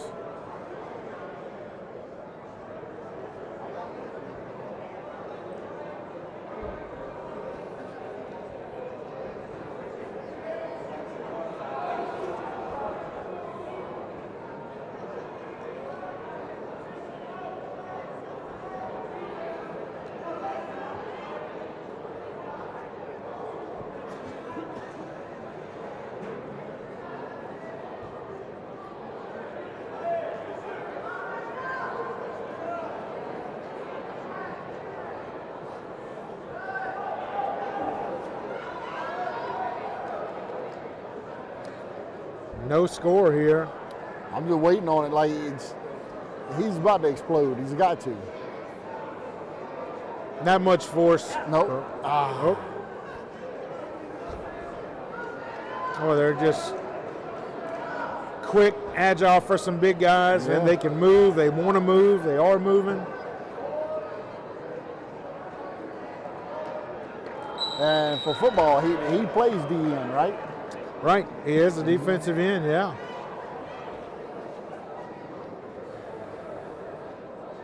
Sort of a rush end, I guess you'd Yeah. say, like a third Yeah. down kind of Right. specialist kind of guy, if you want to get technical about it. Combination of speed and power there. You know, you've just blocked a 275-pound guy for 2 straight plays, and then he comes out running out Right. there. And now you got to block him on third and long, and good luck. Nasty. Yeah.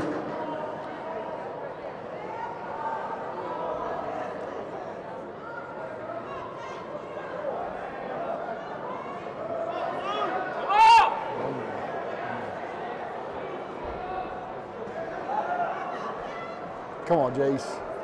Well, and they are just right there in the inner circle.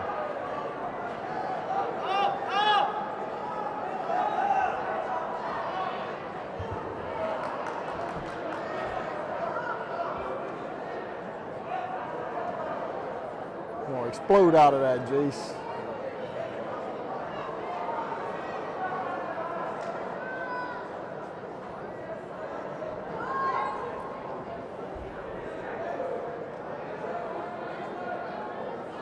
Over that leg.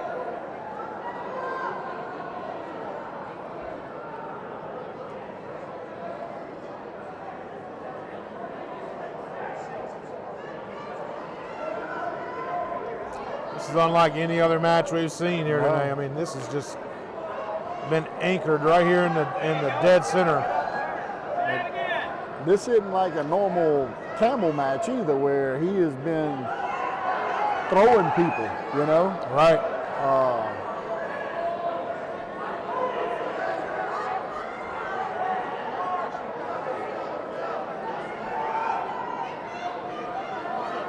He's trying to get a pull on him.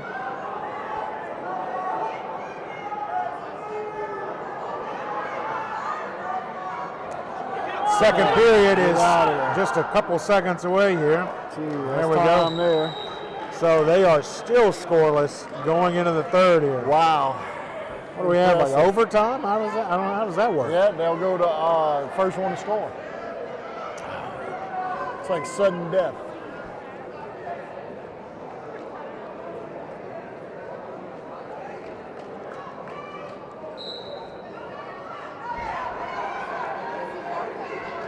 So here we go, starting the third period.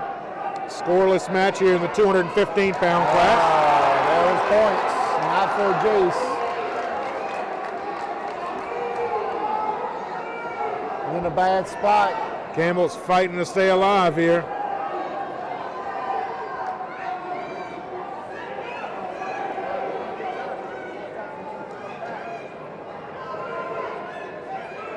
Yeah, they're good.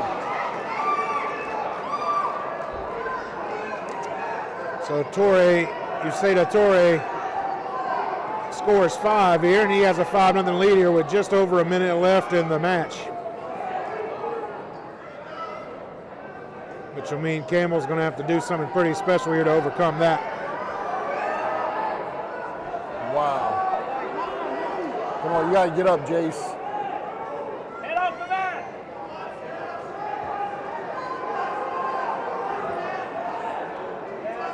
Yes, come up. Come up. Get up.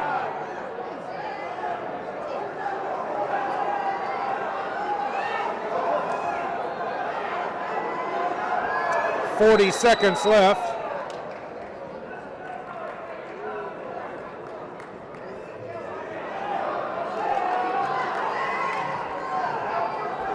He's got to get up, escape, and he's got to pin him fast here. It's got to be quick.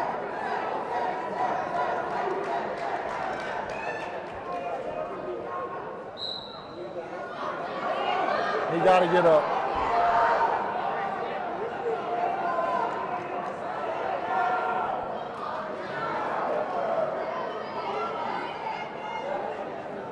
25 seconds left. Hats off to the other young man, because look, I didn't expect this after watching Campbell all year. Like, he's so explosive and powerful, and that other kid, I mean, he's doing the job.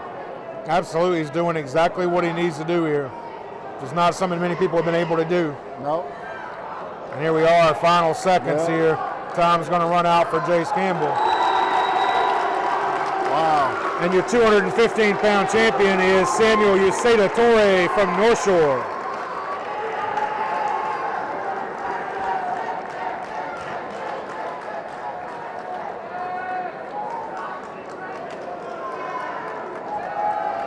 Wow. Nothing to hang your head about, Jace. Not at all. So now come the big boys.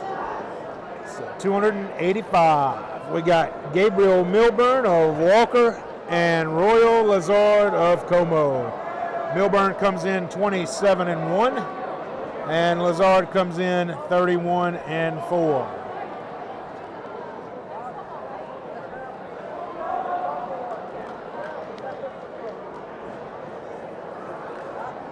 So here we go. We're ready to roll here. Last match of the Louisiana Public School Wrestling Championships. Once again, we have to thank everybody who was a part of making this happen, all the officials, all the parent volunteers, all the community volunteers, all the parents who made it out here the last couple of days. Oh, and hats off to administration. I mean, we had something that's not on our campus, and Principal Lauren Avery came out, Principal Johnny Walker came out. We had Mr. Traveler here yesterday. Mr. Walker Traveler. Jamie Andrews, heart and soul of East Ascension High School, Absolutely. has been here for 2 days. Yourself, you've been here for 2 days. See Miss Kim Uzi over there now. Yes. She's taking the night shift with Mr. Walker. Assistant AD head baseball coach, Kay Cowan. here. Absolutely. You just it takes a lot, and you have to have these people. You No know, doubt. legally you have to. Well, legally, but You know, but they like being here. They like doing it. Yes. Now, of course, would they rather be home with their families? Well, everybody would in Absolutely. these holidays, but it is no big deal for them to come out here for a few hours and be a part of it. well, and it just goes to show you the love they have for their programs, for their kids, their coaches. And it's so much easier to be able to ask kids to perform in the classroom Yes. when they see you out here Yes. watching them perform here. Yeah. No You doubt. know? No doubt. So it's always a good investment. So we had a little stoppage of play there, I think for a little blood there. They got blood. that all sorted out.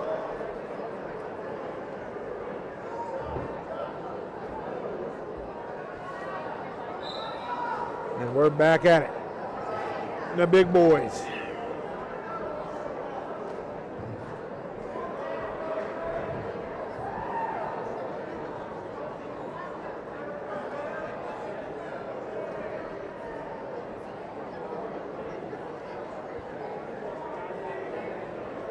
Like we talked about earlier, a lot of leaning, a lot of pushing with these heavies. Yes.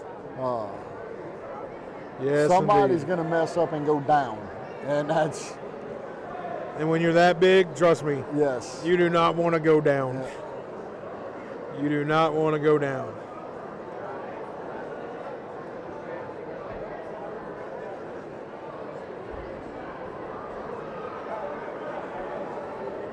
It's even worse when going down means you're about to have 300 pounds on top on of top you. of it, coming down with you.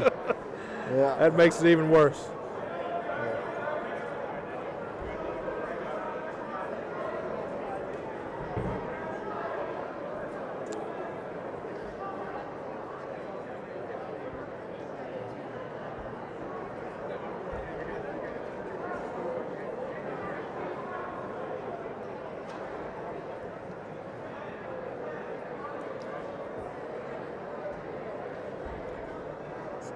Lazard up 2-1 here at the end of the first period.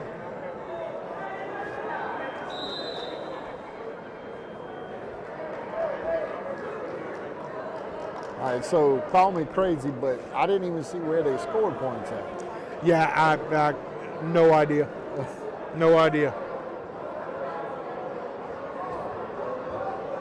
Yeah, nothing came to mind that I know. There's a lot of hand fighting. That was about it.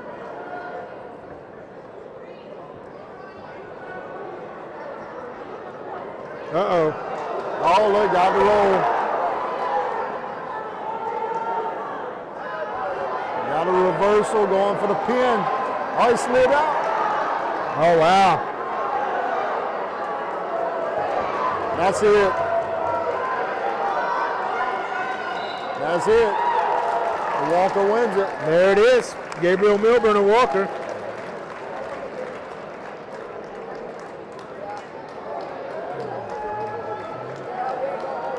Improves to 32-1 on the year, and he is your 285-pound post-school champion this year. Congratulations to him.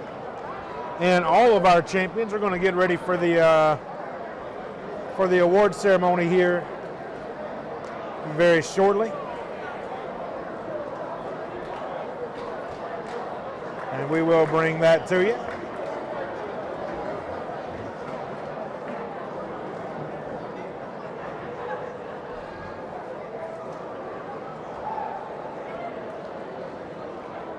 So was she a champion down here at one point, or was that the wife of a champion in the VIP booth right here?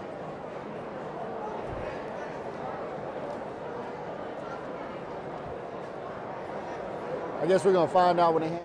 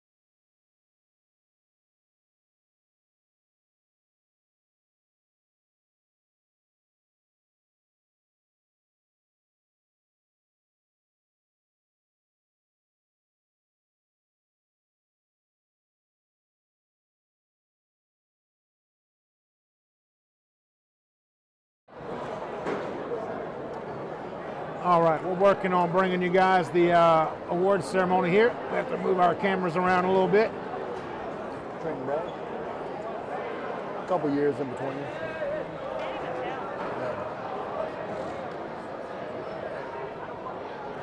They got matching ears. That's the one. I couldn't figure out exactly how to do it.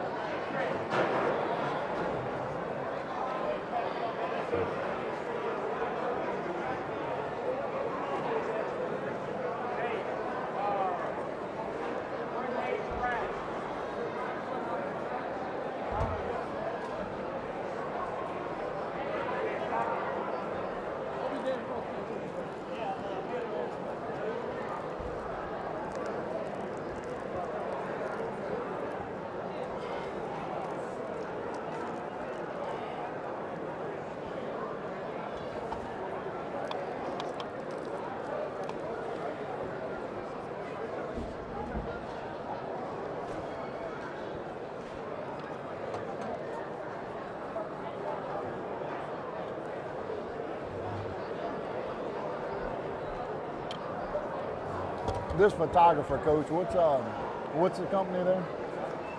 That is Moosemex Photography. Yes. Long He has been at standing. this for a long time. Oh my goodness. Longer than anybody, I think. Supposed to be out. I need y'all to come in that same thing we did for the ladies finals. Once we get up there, you'll have a couple minutes taking pictures. What I need is all placers from 106 to 285, the top six. Top six placers. They're giving 6 awards out. Top 6 places Wow. to get awards here for the guys. That's great. Coach Ryan will get you lined up by placement. Once you're on the podium, we're going to recognize our honorees, our honorary presenters. These are former Postal State champions. They'll hand out the awards. They're nice. They're going to give the past state championship winners to hand out the awards. And that's exactly how you build that kind of tradition there.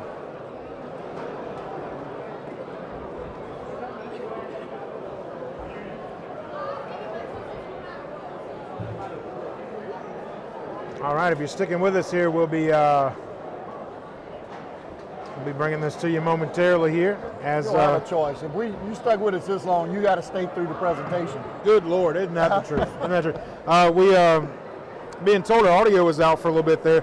That means my mute button works, which I didn't realize we had until did that. So that's what great. all did they miss? Do we No, gotta it go was back and do it again? no. It was just just about 20 seconds. I wanted to see if it worked, and it does. Got some great listeners there who let us know what's going on there. Honorary presenters for this weight class are Brad and Trip Mahoney, both former EA wrestlers.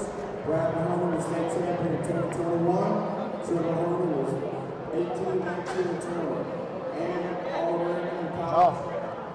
So I owe Trent Mahoney an apology. I called him a 2-time. He's a 3-time champion. Right. Brad was a 2-time. Trent was a 3-time. Fifth place from Lafayette, Anthony Carolina. All right, so we got the behind the scenes view here of these guys.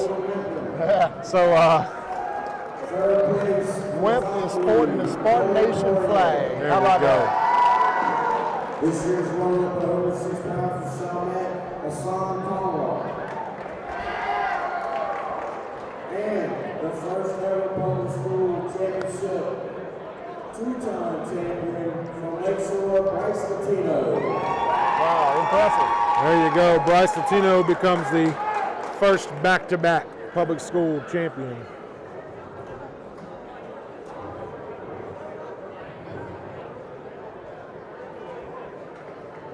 Man, that's great. That mute button is that's really cool. I can ask nicely or not.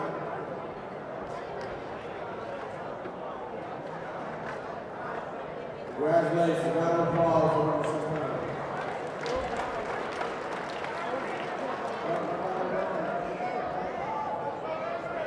All right, 113 points winners.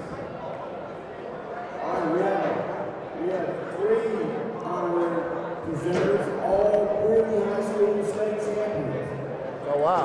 All Brewer. 1982 state champion, Wayne Bradshaw. Got the all Bruley contingent here. Who was a 2-time state champion, 1987-88. And for the 1994 109-pound state champion, Joe Evans. 113 pounds, 6th place in Sandoval, Peyton Road. 5th place from New Orleans Military Maritime Academy, Brady Bourgeois. I don't know if this next kid, that's their school flag, but I wouldn't wear that around my shoulders. Yeah. 3rd place from Dutchtown. Looks like a nice blanket there for the couch, maybe. Little winter theme there. She was runner-up at 113 pounds from Charlotte High School, Jade Pontroso. And this year's champion at 113 pounds from Fountain High School, Dustin Smith. There you go, Dustin Smith, your 113-pound champion.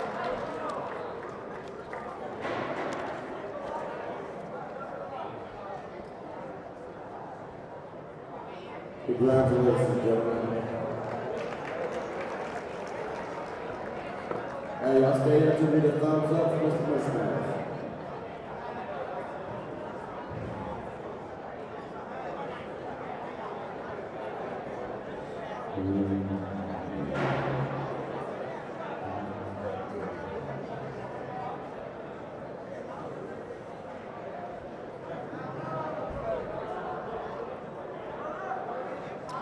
You can see former state champion from EA, Gavin Saunier, there in the shot there.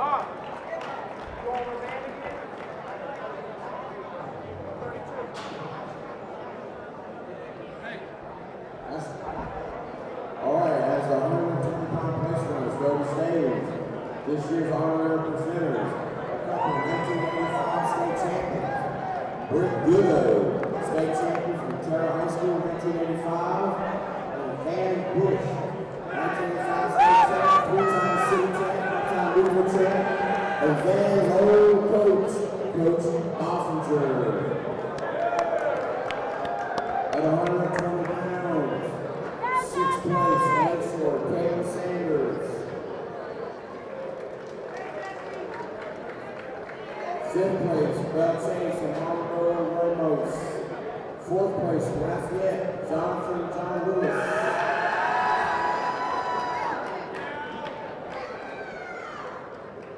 Third place, Bethlehem, Jacob Britt.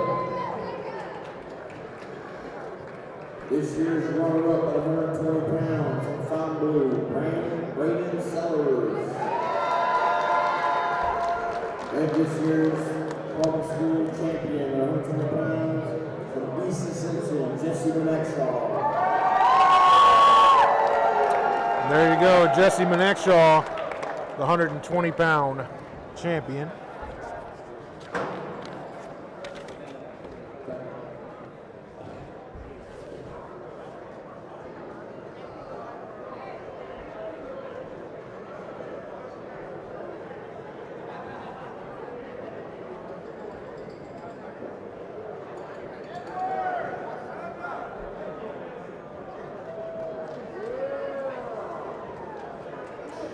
Looks like Varsity Sports is giving up the ghost there, huh?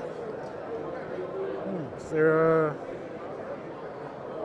not interested in the awards. Like ESPN, you got to go to the app, huh, to watch the the bowl. Well, I see it now. They're packing up. Yeah. The crowd rushed in and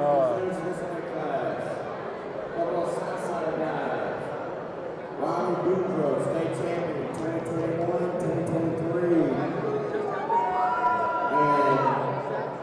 Landon Rado. So 126 pounders. Champion is Tyson Roach of Sam Houston High School. 126 pounds is sixth place. Taylor Nix of Sulphur.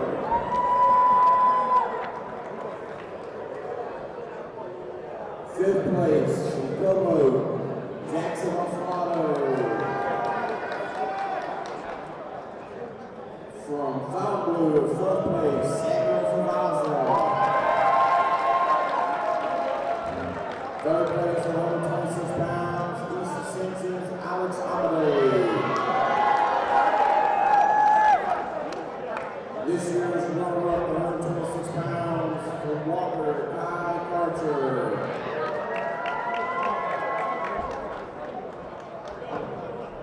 And this year's champion, 126 pounds, Sam Houston's Tyson Roach.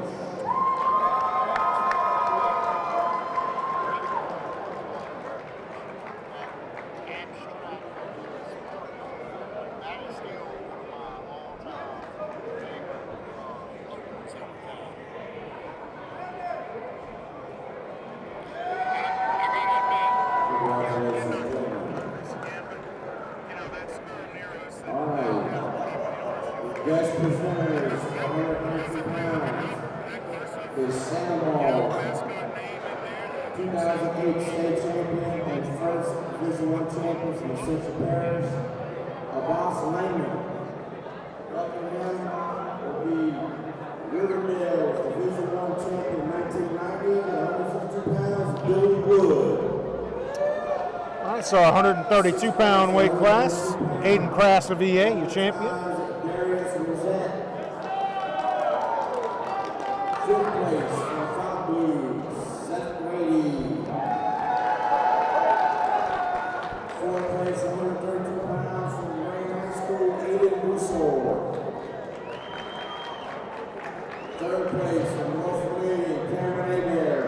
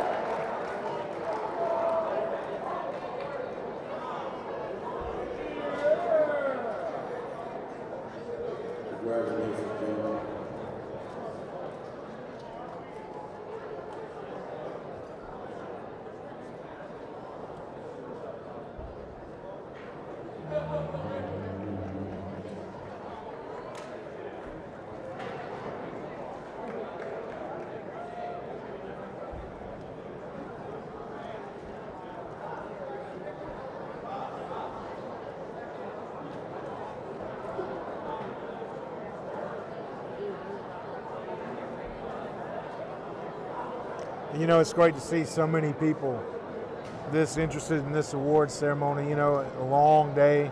Yes. So everybody would love to get on the road. Absolutely. But, man, these guys, it's like the Academy Award. These guys are just, I mean, they can't wait. Something about climbing up on that podium. Absolutely. And the Olympics is kind of the magic of all that, you know. High schools, 3-time state champion. Russell for Dan Gable, University of Iowa, was a junior college national champion, All-American at Walmart High School, Baker Stoners. Helping him was Lisa Simpson, state champion from last year, Jacob Snexmeyer. At 138 pounds, 6th place. Kyle Baggett, Oklahoma Quadron. Miss Abby Gautreaux is exiting the building. Lisa Simpson. She's earned it. She said nobody better get hurt now. Yeah, yeah. Be careful coming off that podium. Fourth place, 138 pounds from Sulphur, Jess Lamont. Third place from Fontainebleau, Ashley Wilson. This year's runner-up at 138 pounds from Acadiana High School, Braden Foreman. And this year's public school champion, 138 pounds, from Sam Houston High School, Caleb Levine. Caleb Levine, the 138-pound champion.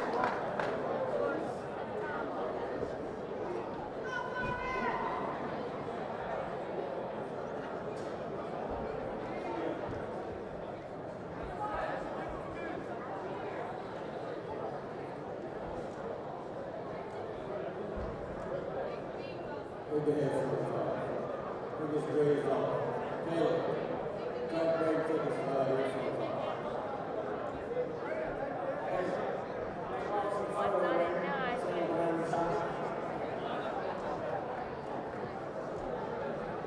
All right, our honorary presenters for 144 pounds. Lisa Simpson is heavyweight state champion for 2021, Matt Sonia. Helping him is EA's first Division I state champ, heavyweight 2014, and new coach, Connor Karloff, two-time collegiate All-American. At 144 pounds.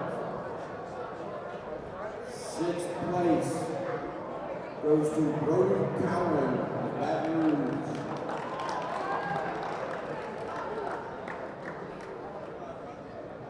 Fifth place goes to Como High School's Ryan Jenkins. Fourth place goes to Cole Didier from San Juan High School. Third place goes to Muhammad Gabriel of Chalmette.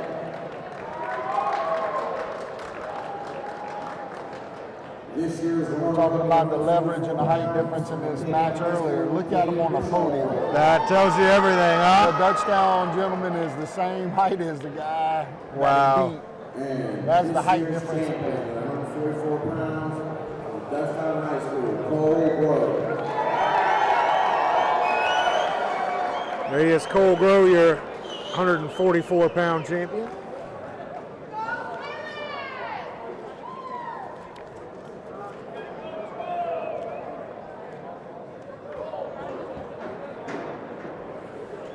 You know, one of the things you think about this time is you look at all this stuff that we've been using. It's been home for the last 2 days for us. Right. And now you're like, oh man, this is all got to come up Yes. tonight. Now, the good thing is, as we finish matches today, they broke down mats. That helps a ton because So- that is by far the hardest thing to deal with. I know we had a couple dads that were loading up mats throughout the day, taking them back East Ascension. Well, I told myself I was going to do my version of that, and then I didn't.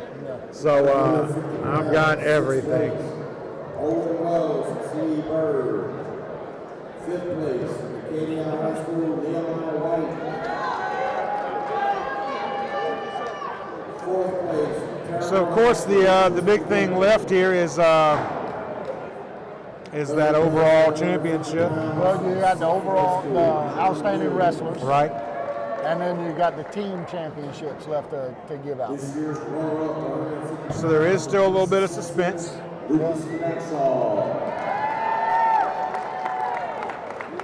And this year's public school champion, 150 pounds, from Chalmette High School, Leland Webb. I'd like to give a big shout out to Jared Lesh with Lesh's woodworking there, carpentry, cabinets. He'll kill me because I can't think of how it actually goes, but Lesh's woodwork though, I mean, he'd come up with a great idea for the trophies and for the teams, and they're gorgeous. And it fits in the Louisiana theme. They're out of Cyprus, and you know, Rawls, a past wrestler for East Ascension, he did the Louisianas and welded those and powder coated those. So their team trophies are just outstanding. They look fantastic. I mean, they are incredibly impressive. You'll be seeing that fairly soon. Guest presenter for 157 pounds. I don't know that anybody caught EA in the team stuff. They were up big. Yeah, I don't think they could have, considering the number of state champions we have here. Right. Before the guys started, I think we were almost 100 points ahead. I went check, and so I can't see anybody catching up for that. Some amazing individual performances there, but no one school really made themselves stand out more than EA did in the finals.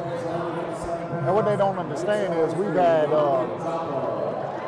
Wakefield took an injury, so he couldn't wrestle, and we had a last minute, really a JV guy step up and contributed to the team because he got him a win, and he got a pin on a guy, lost his next team, but you know, Chris Frank, he's going to be one hell of a wrestler one day, and he stepped up big to contribute to the team effort. You know? And that's what it takes. Those things matter so much, so much. There's Braylon Stewart, very impressive at 157-pound class. I wonder he might be a candidate for outstanding. I got to say he's got to have it. Man, He's got to have it. If his other matches were anything like that Yes. final, my goodness, Yes, he's my pick. they were impressive.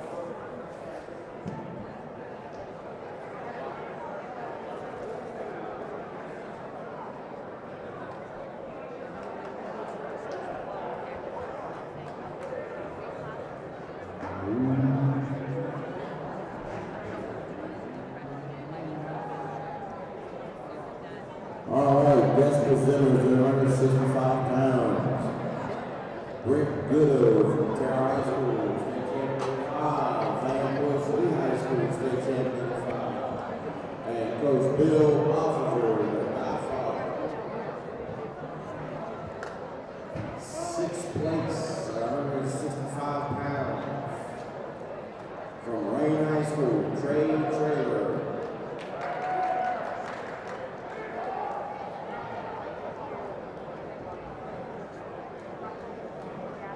Oh, and Billy Wood from Riverdale. 5th place, Springfield High School, Connor Burks.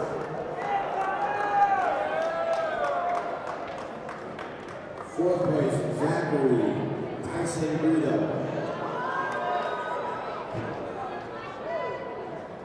3rd place, Douglas High School, Terrence Jokes.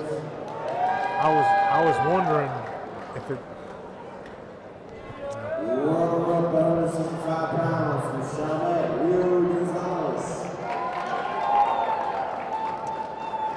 So there's your 165-pound champion there, Caleb Sanders of Lakeshore. 165 pounds from Lakeshore High School, Caleb Sanders.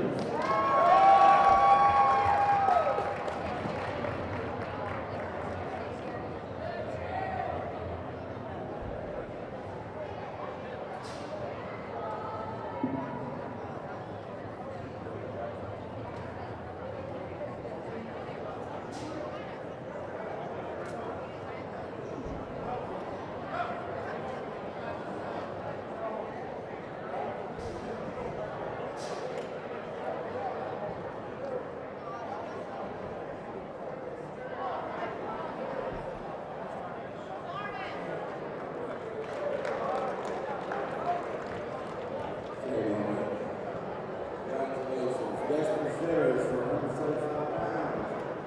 Again, three-time state champ, Edgar Sarnes, Terra High School. And Jacob Sexsnyder, state champ, East Ascension.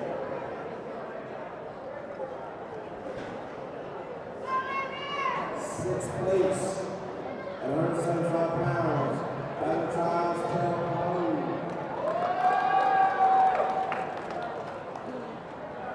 Fifth place, Charlotte, Muhammad Al-Fadid.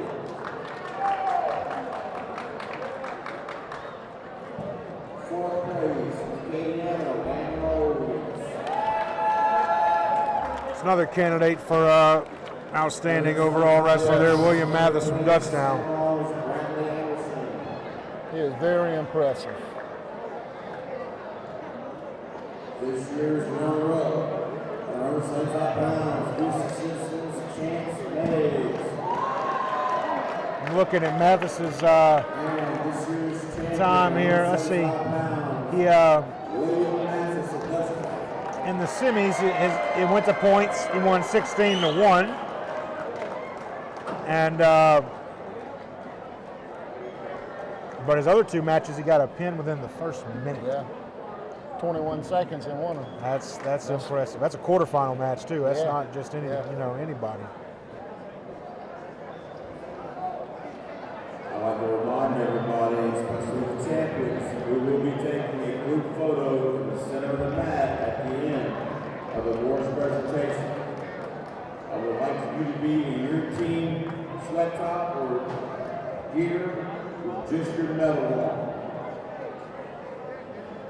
The honorary presenters at 190 pounds, San Juan State champ, Abbas Lehman, and Billy Woods from Riverdale, 1991 champion. 190 pounds, sixth place. From Sanamar, Jake Lockhan. So 190 pounds, champion there, Jacoby Clement from EA.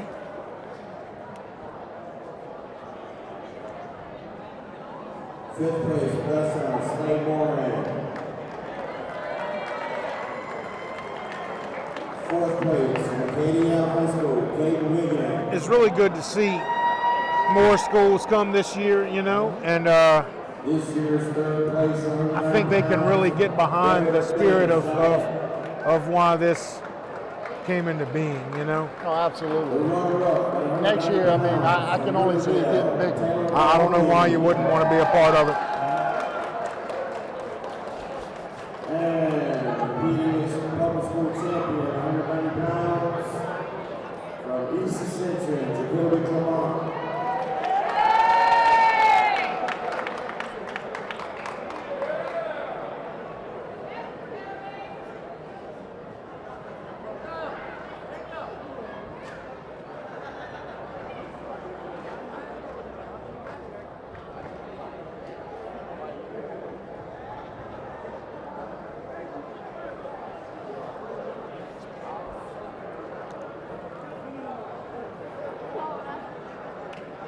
Well, you know, we got to add one more next year for sure. We got Perryville High School got to Right. come aboard, so Right. that'll be one more team for That sure. should be a requirement.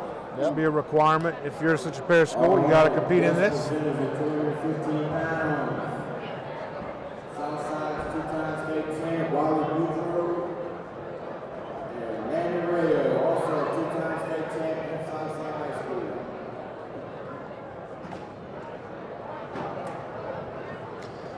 Check in on the Orange Bowl there with 7 minutes left in the game. Georgia leads 63-3. Wow.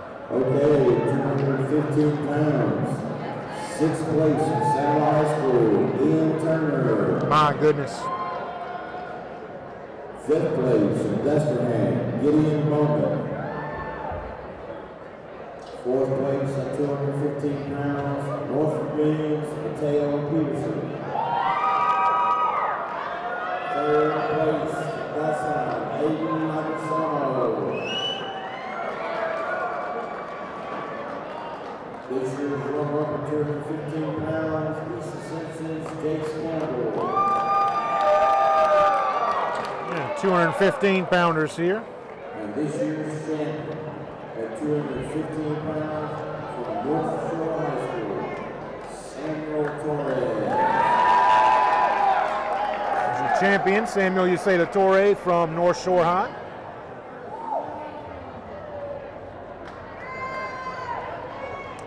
And all we have left is our big fellas, and then we'll go on into outstanding individual wrestler and team breakdown. They'll take a championship picture on the mat there, so we'll bring you that. And then we'll get off here before they kick us out of here. Congratulations. We certainly hope everybody has a great New Year, safe New Year. Tomorrow's New Year's Eve, I think it is it not? Tomorrow's New Year's Eve, right? That's a shame we got to check. Yes, got to look at the phone, but yes. Whoa, right, yes. Well, be careful out there, whatever you may be doing tomorrow. Okay, sixth place, 285, Sterling Bartholomew from Belchis. Fifth place, Carrollton High School, Darian Gabriel. Fourth place, for East Central, Brady Stutzman.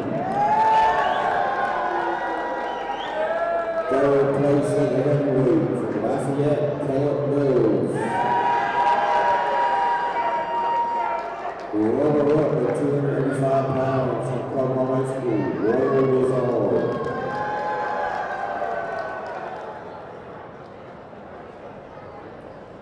And this year's heavyweight champion from Walker High School, Gabriel Milburn.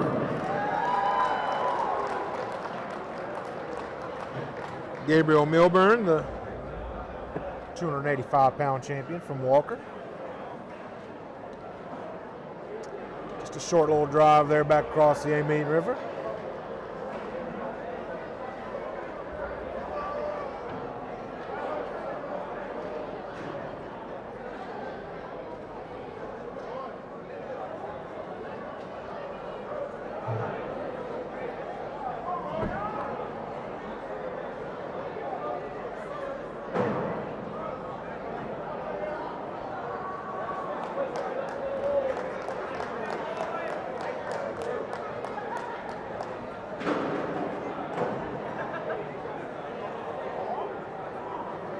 Okay, we're going to announce the OW awards.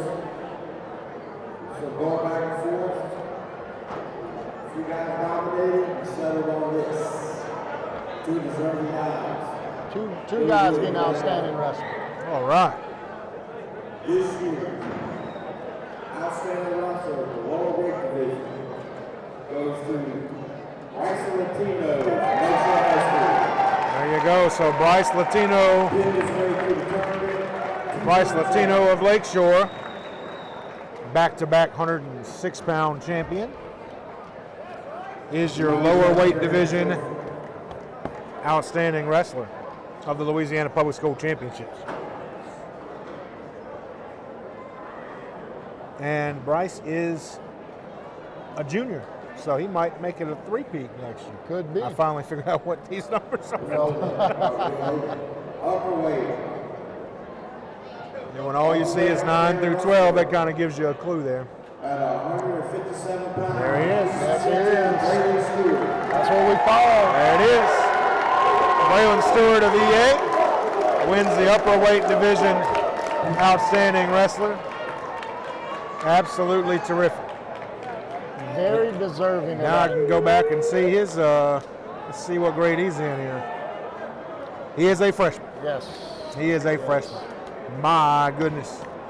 That makes for an exciting next few years for that young man. Now we're doing the team trophies. There's those team trophies you were talking about there.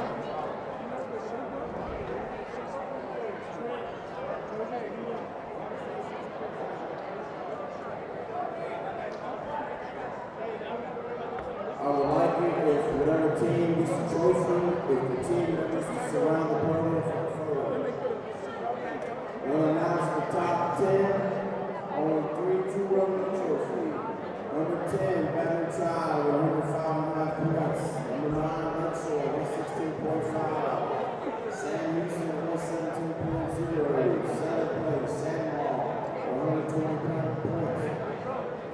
place, Lafayette High School, 124. Acadia came in fifth, 146 points. Fontainebleau got fourth, 156 points. This year's third place team runner, team placing. Third, Dutchtown, 196.5. There you are, your third place finishers, the Dutchtown Griffins.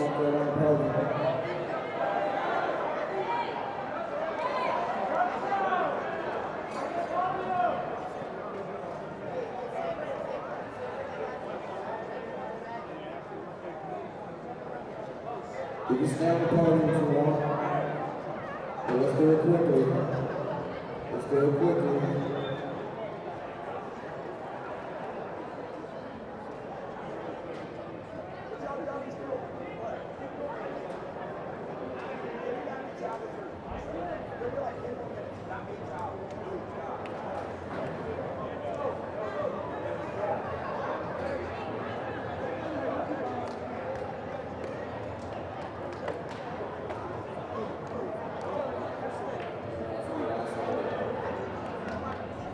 I need all individual winners to start getting to the center of the mat.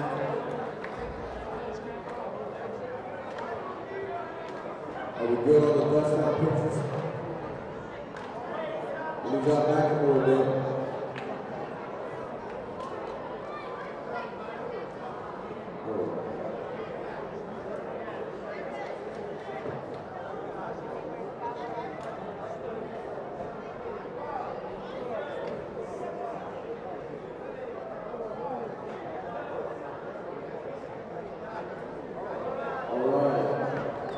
This year's team runner-up with 199 points, Chalmette High School. There you go, Chalmette, the Chalmette Owls coming in second.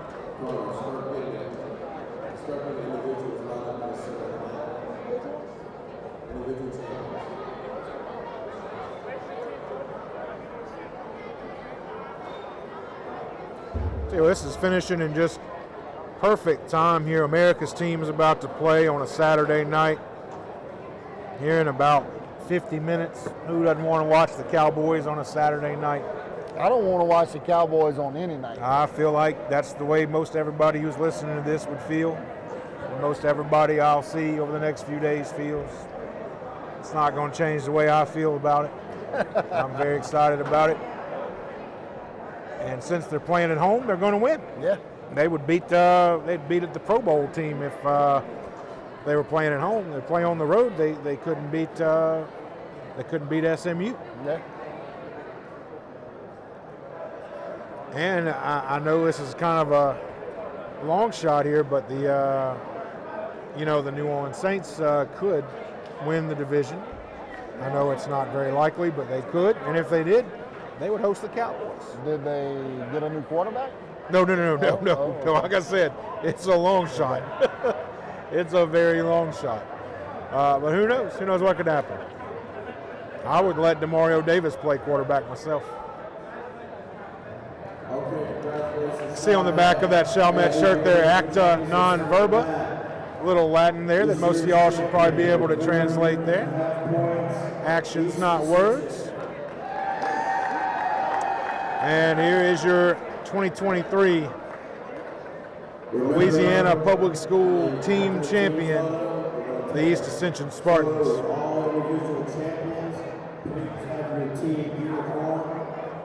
Back-to-back winners. Be safe. Thank you for coming. Enjoy your holiday.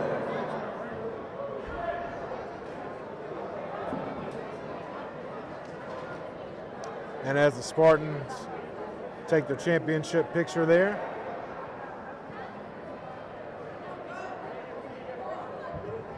we'll get ready to say goodnight to all of you. And since this is the last EATV broadcast of 2023, we're going to wish everybody a very happy new year. We hope to see you many more times in 2024. Got some exciting things coming up. We got, of course, wrestling continues to make their way toward a state tournament.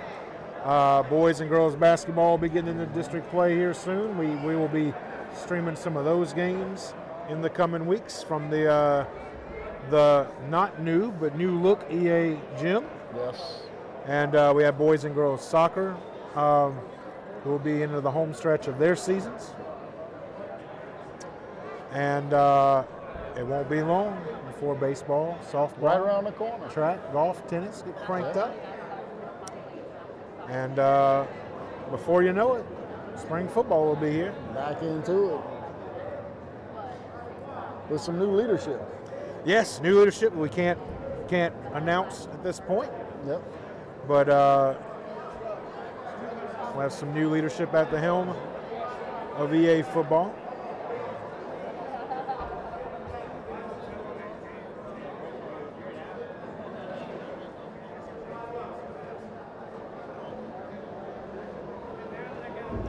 These are the kind of pictures that'll end up on the wall in these guys' houses 10, 15, 20 years from now.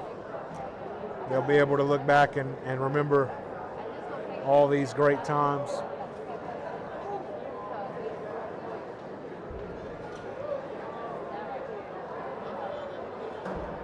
Mr. Mujmak's still working incredibly hard. I think he's been at this for going on 60 years. I think he's been doing this when it was like What, the old West? where like they- Old West where they pop, or even Flintstone ages where they pull the tail of the bird and he pecks it out of stone. Right, I'll tell you, the man is still at it. God bless him. That's great. It's He's good got to his see. little scooter and he's scooting around. He is taking not pictures. he's not letting age get to him. That is wonderful. What a great example for everybody. Love to see that.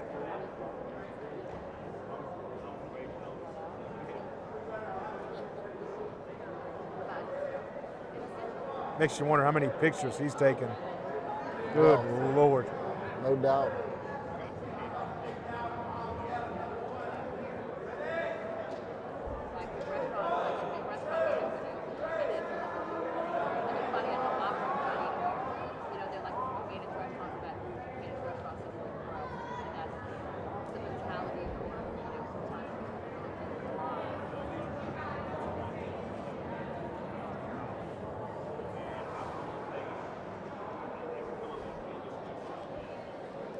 We need all individual champions in the center. All individual champions in the center.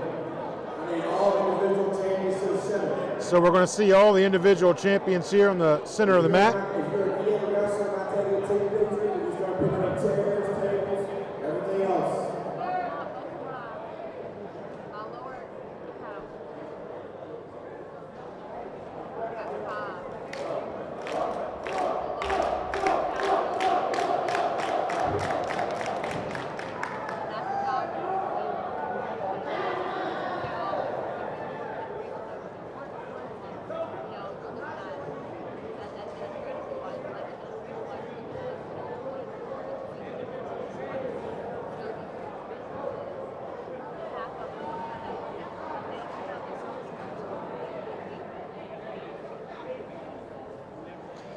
All right, so we'll see the final shot here will be the individual champions on the mat. And we'll let you take a peek at that. Ralph, we've been on the air for 2.5 consecutive hours. Wow. Time flies. That doesn't count the hour and a half we were on for girls Before, just yeah. before that. Yeah, that's a marathon there. And what's funny is we did this not knowing much about wrestling. Right, and I don't know if we learned any more. We might have made people even less knowledgeable Yes. about wrestling. I don't know. I'm sure Mahoney will watch this at some point and Tell have, us don't do it again. right. Just say, look, guys, just stick to the script, or bring on a third person. Yep. Well, Coach Ballantyne laughed when I said we were doing this. And the first thing he asked was, what in the hell do you two know about wrestling? Nothing. Not a Absolutely thing. nothing.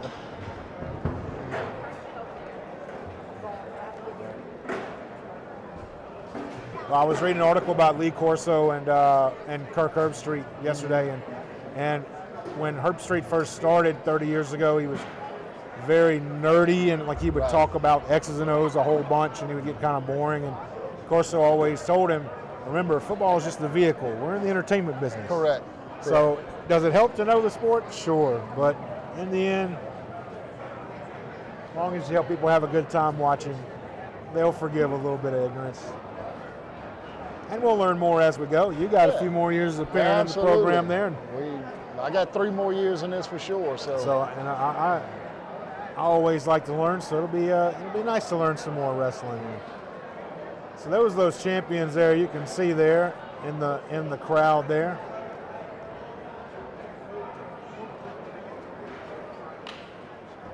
It's absolutely great there.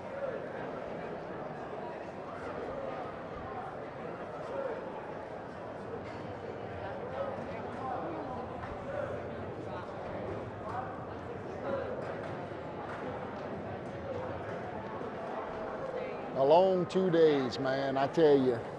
It'll be a good sleep there Yes. tonight. Good sleep tonight for sure. Yeah, I started yesterday morning off in like 70-mile-an-hour wind, Arctic wind, cooking a jambalaya out here. And to be able to sit here with you in comfort, short sleeve, and call these matches, it's a lot better than standing in the Arctic freeze cooking a jambalaya. Some jobs are better than others. Yeah. That's for sure. That's for sure. All right, well, there we go. I think we're going to call that a wrap. We thank you very much for joining us. So on behalf of Mr. Ralph DeLatte, this is Eric Brownfield. We thank you for watching EA TV. We'll see you in 2024. Happy New Year. Everybody be safe. And until next time.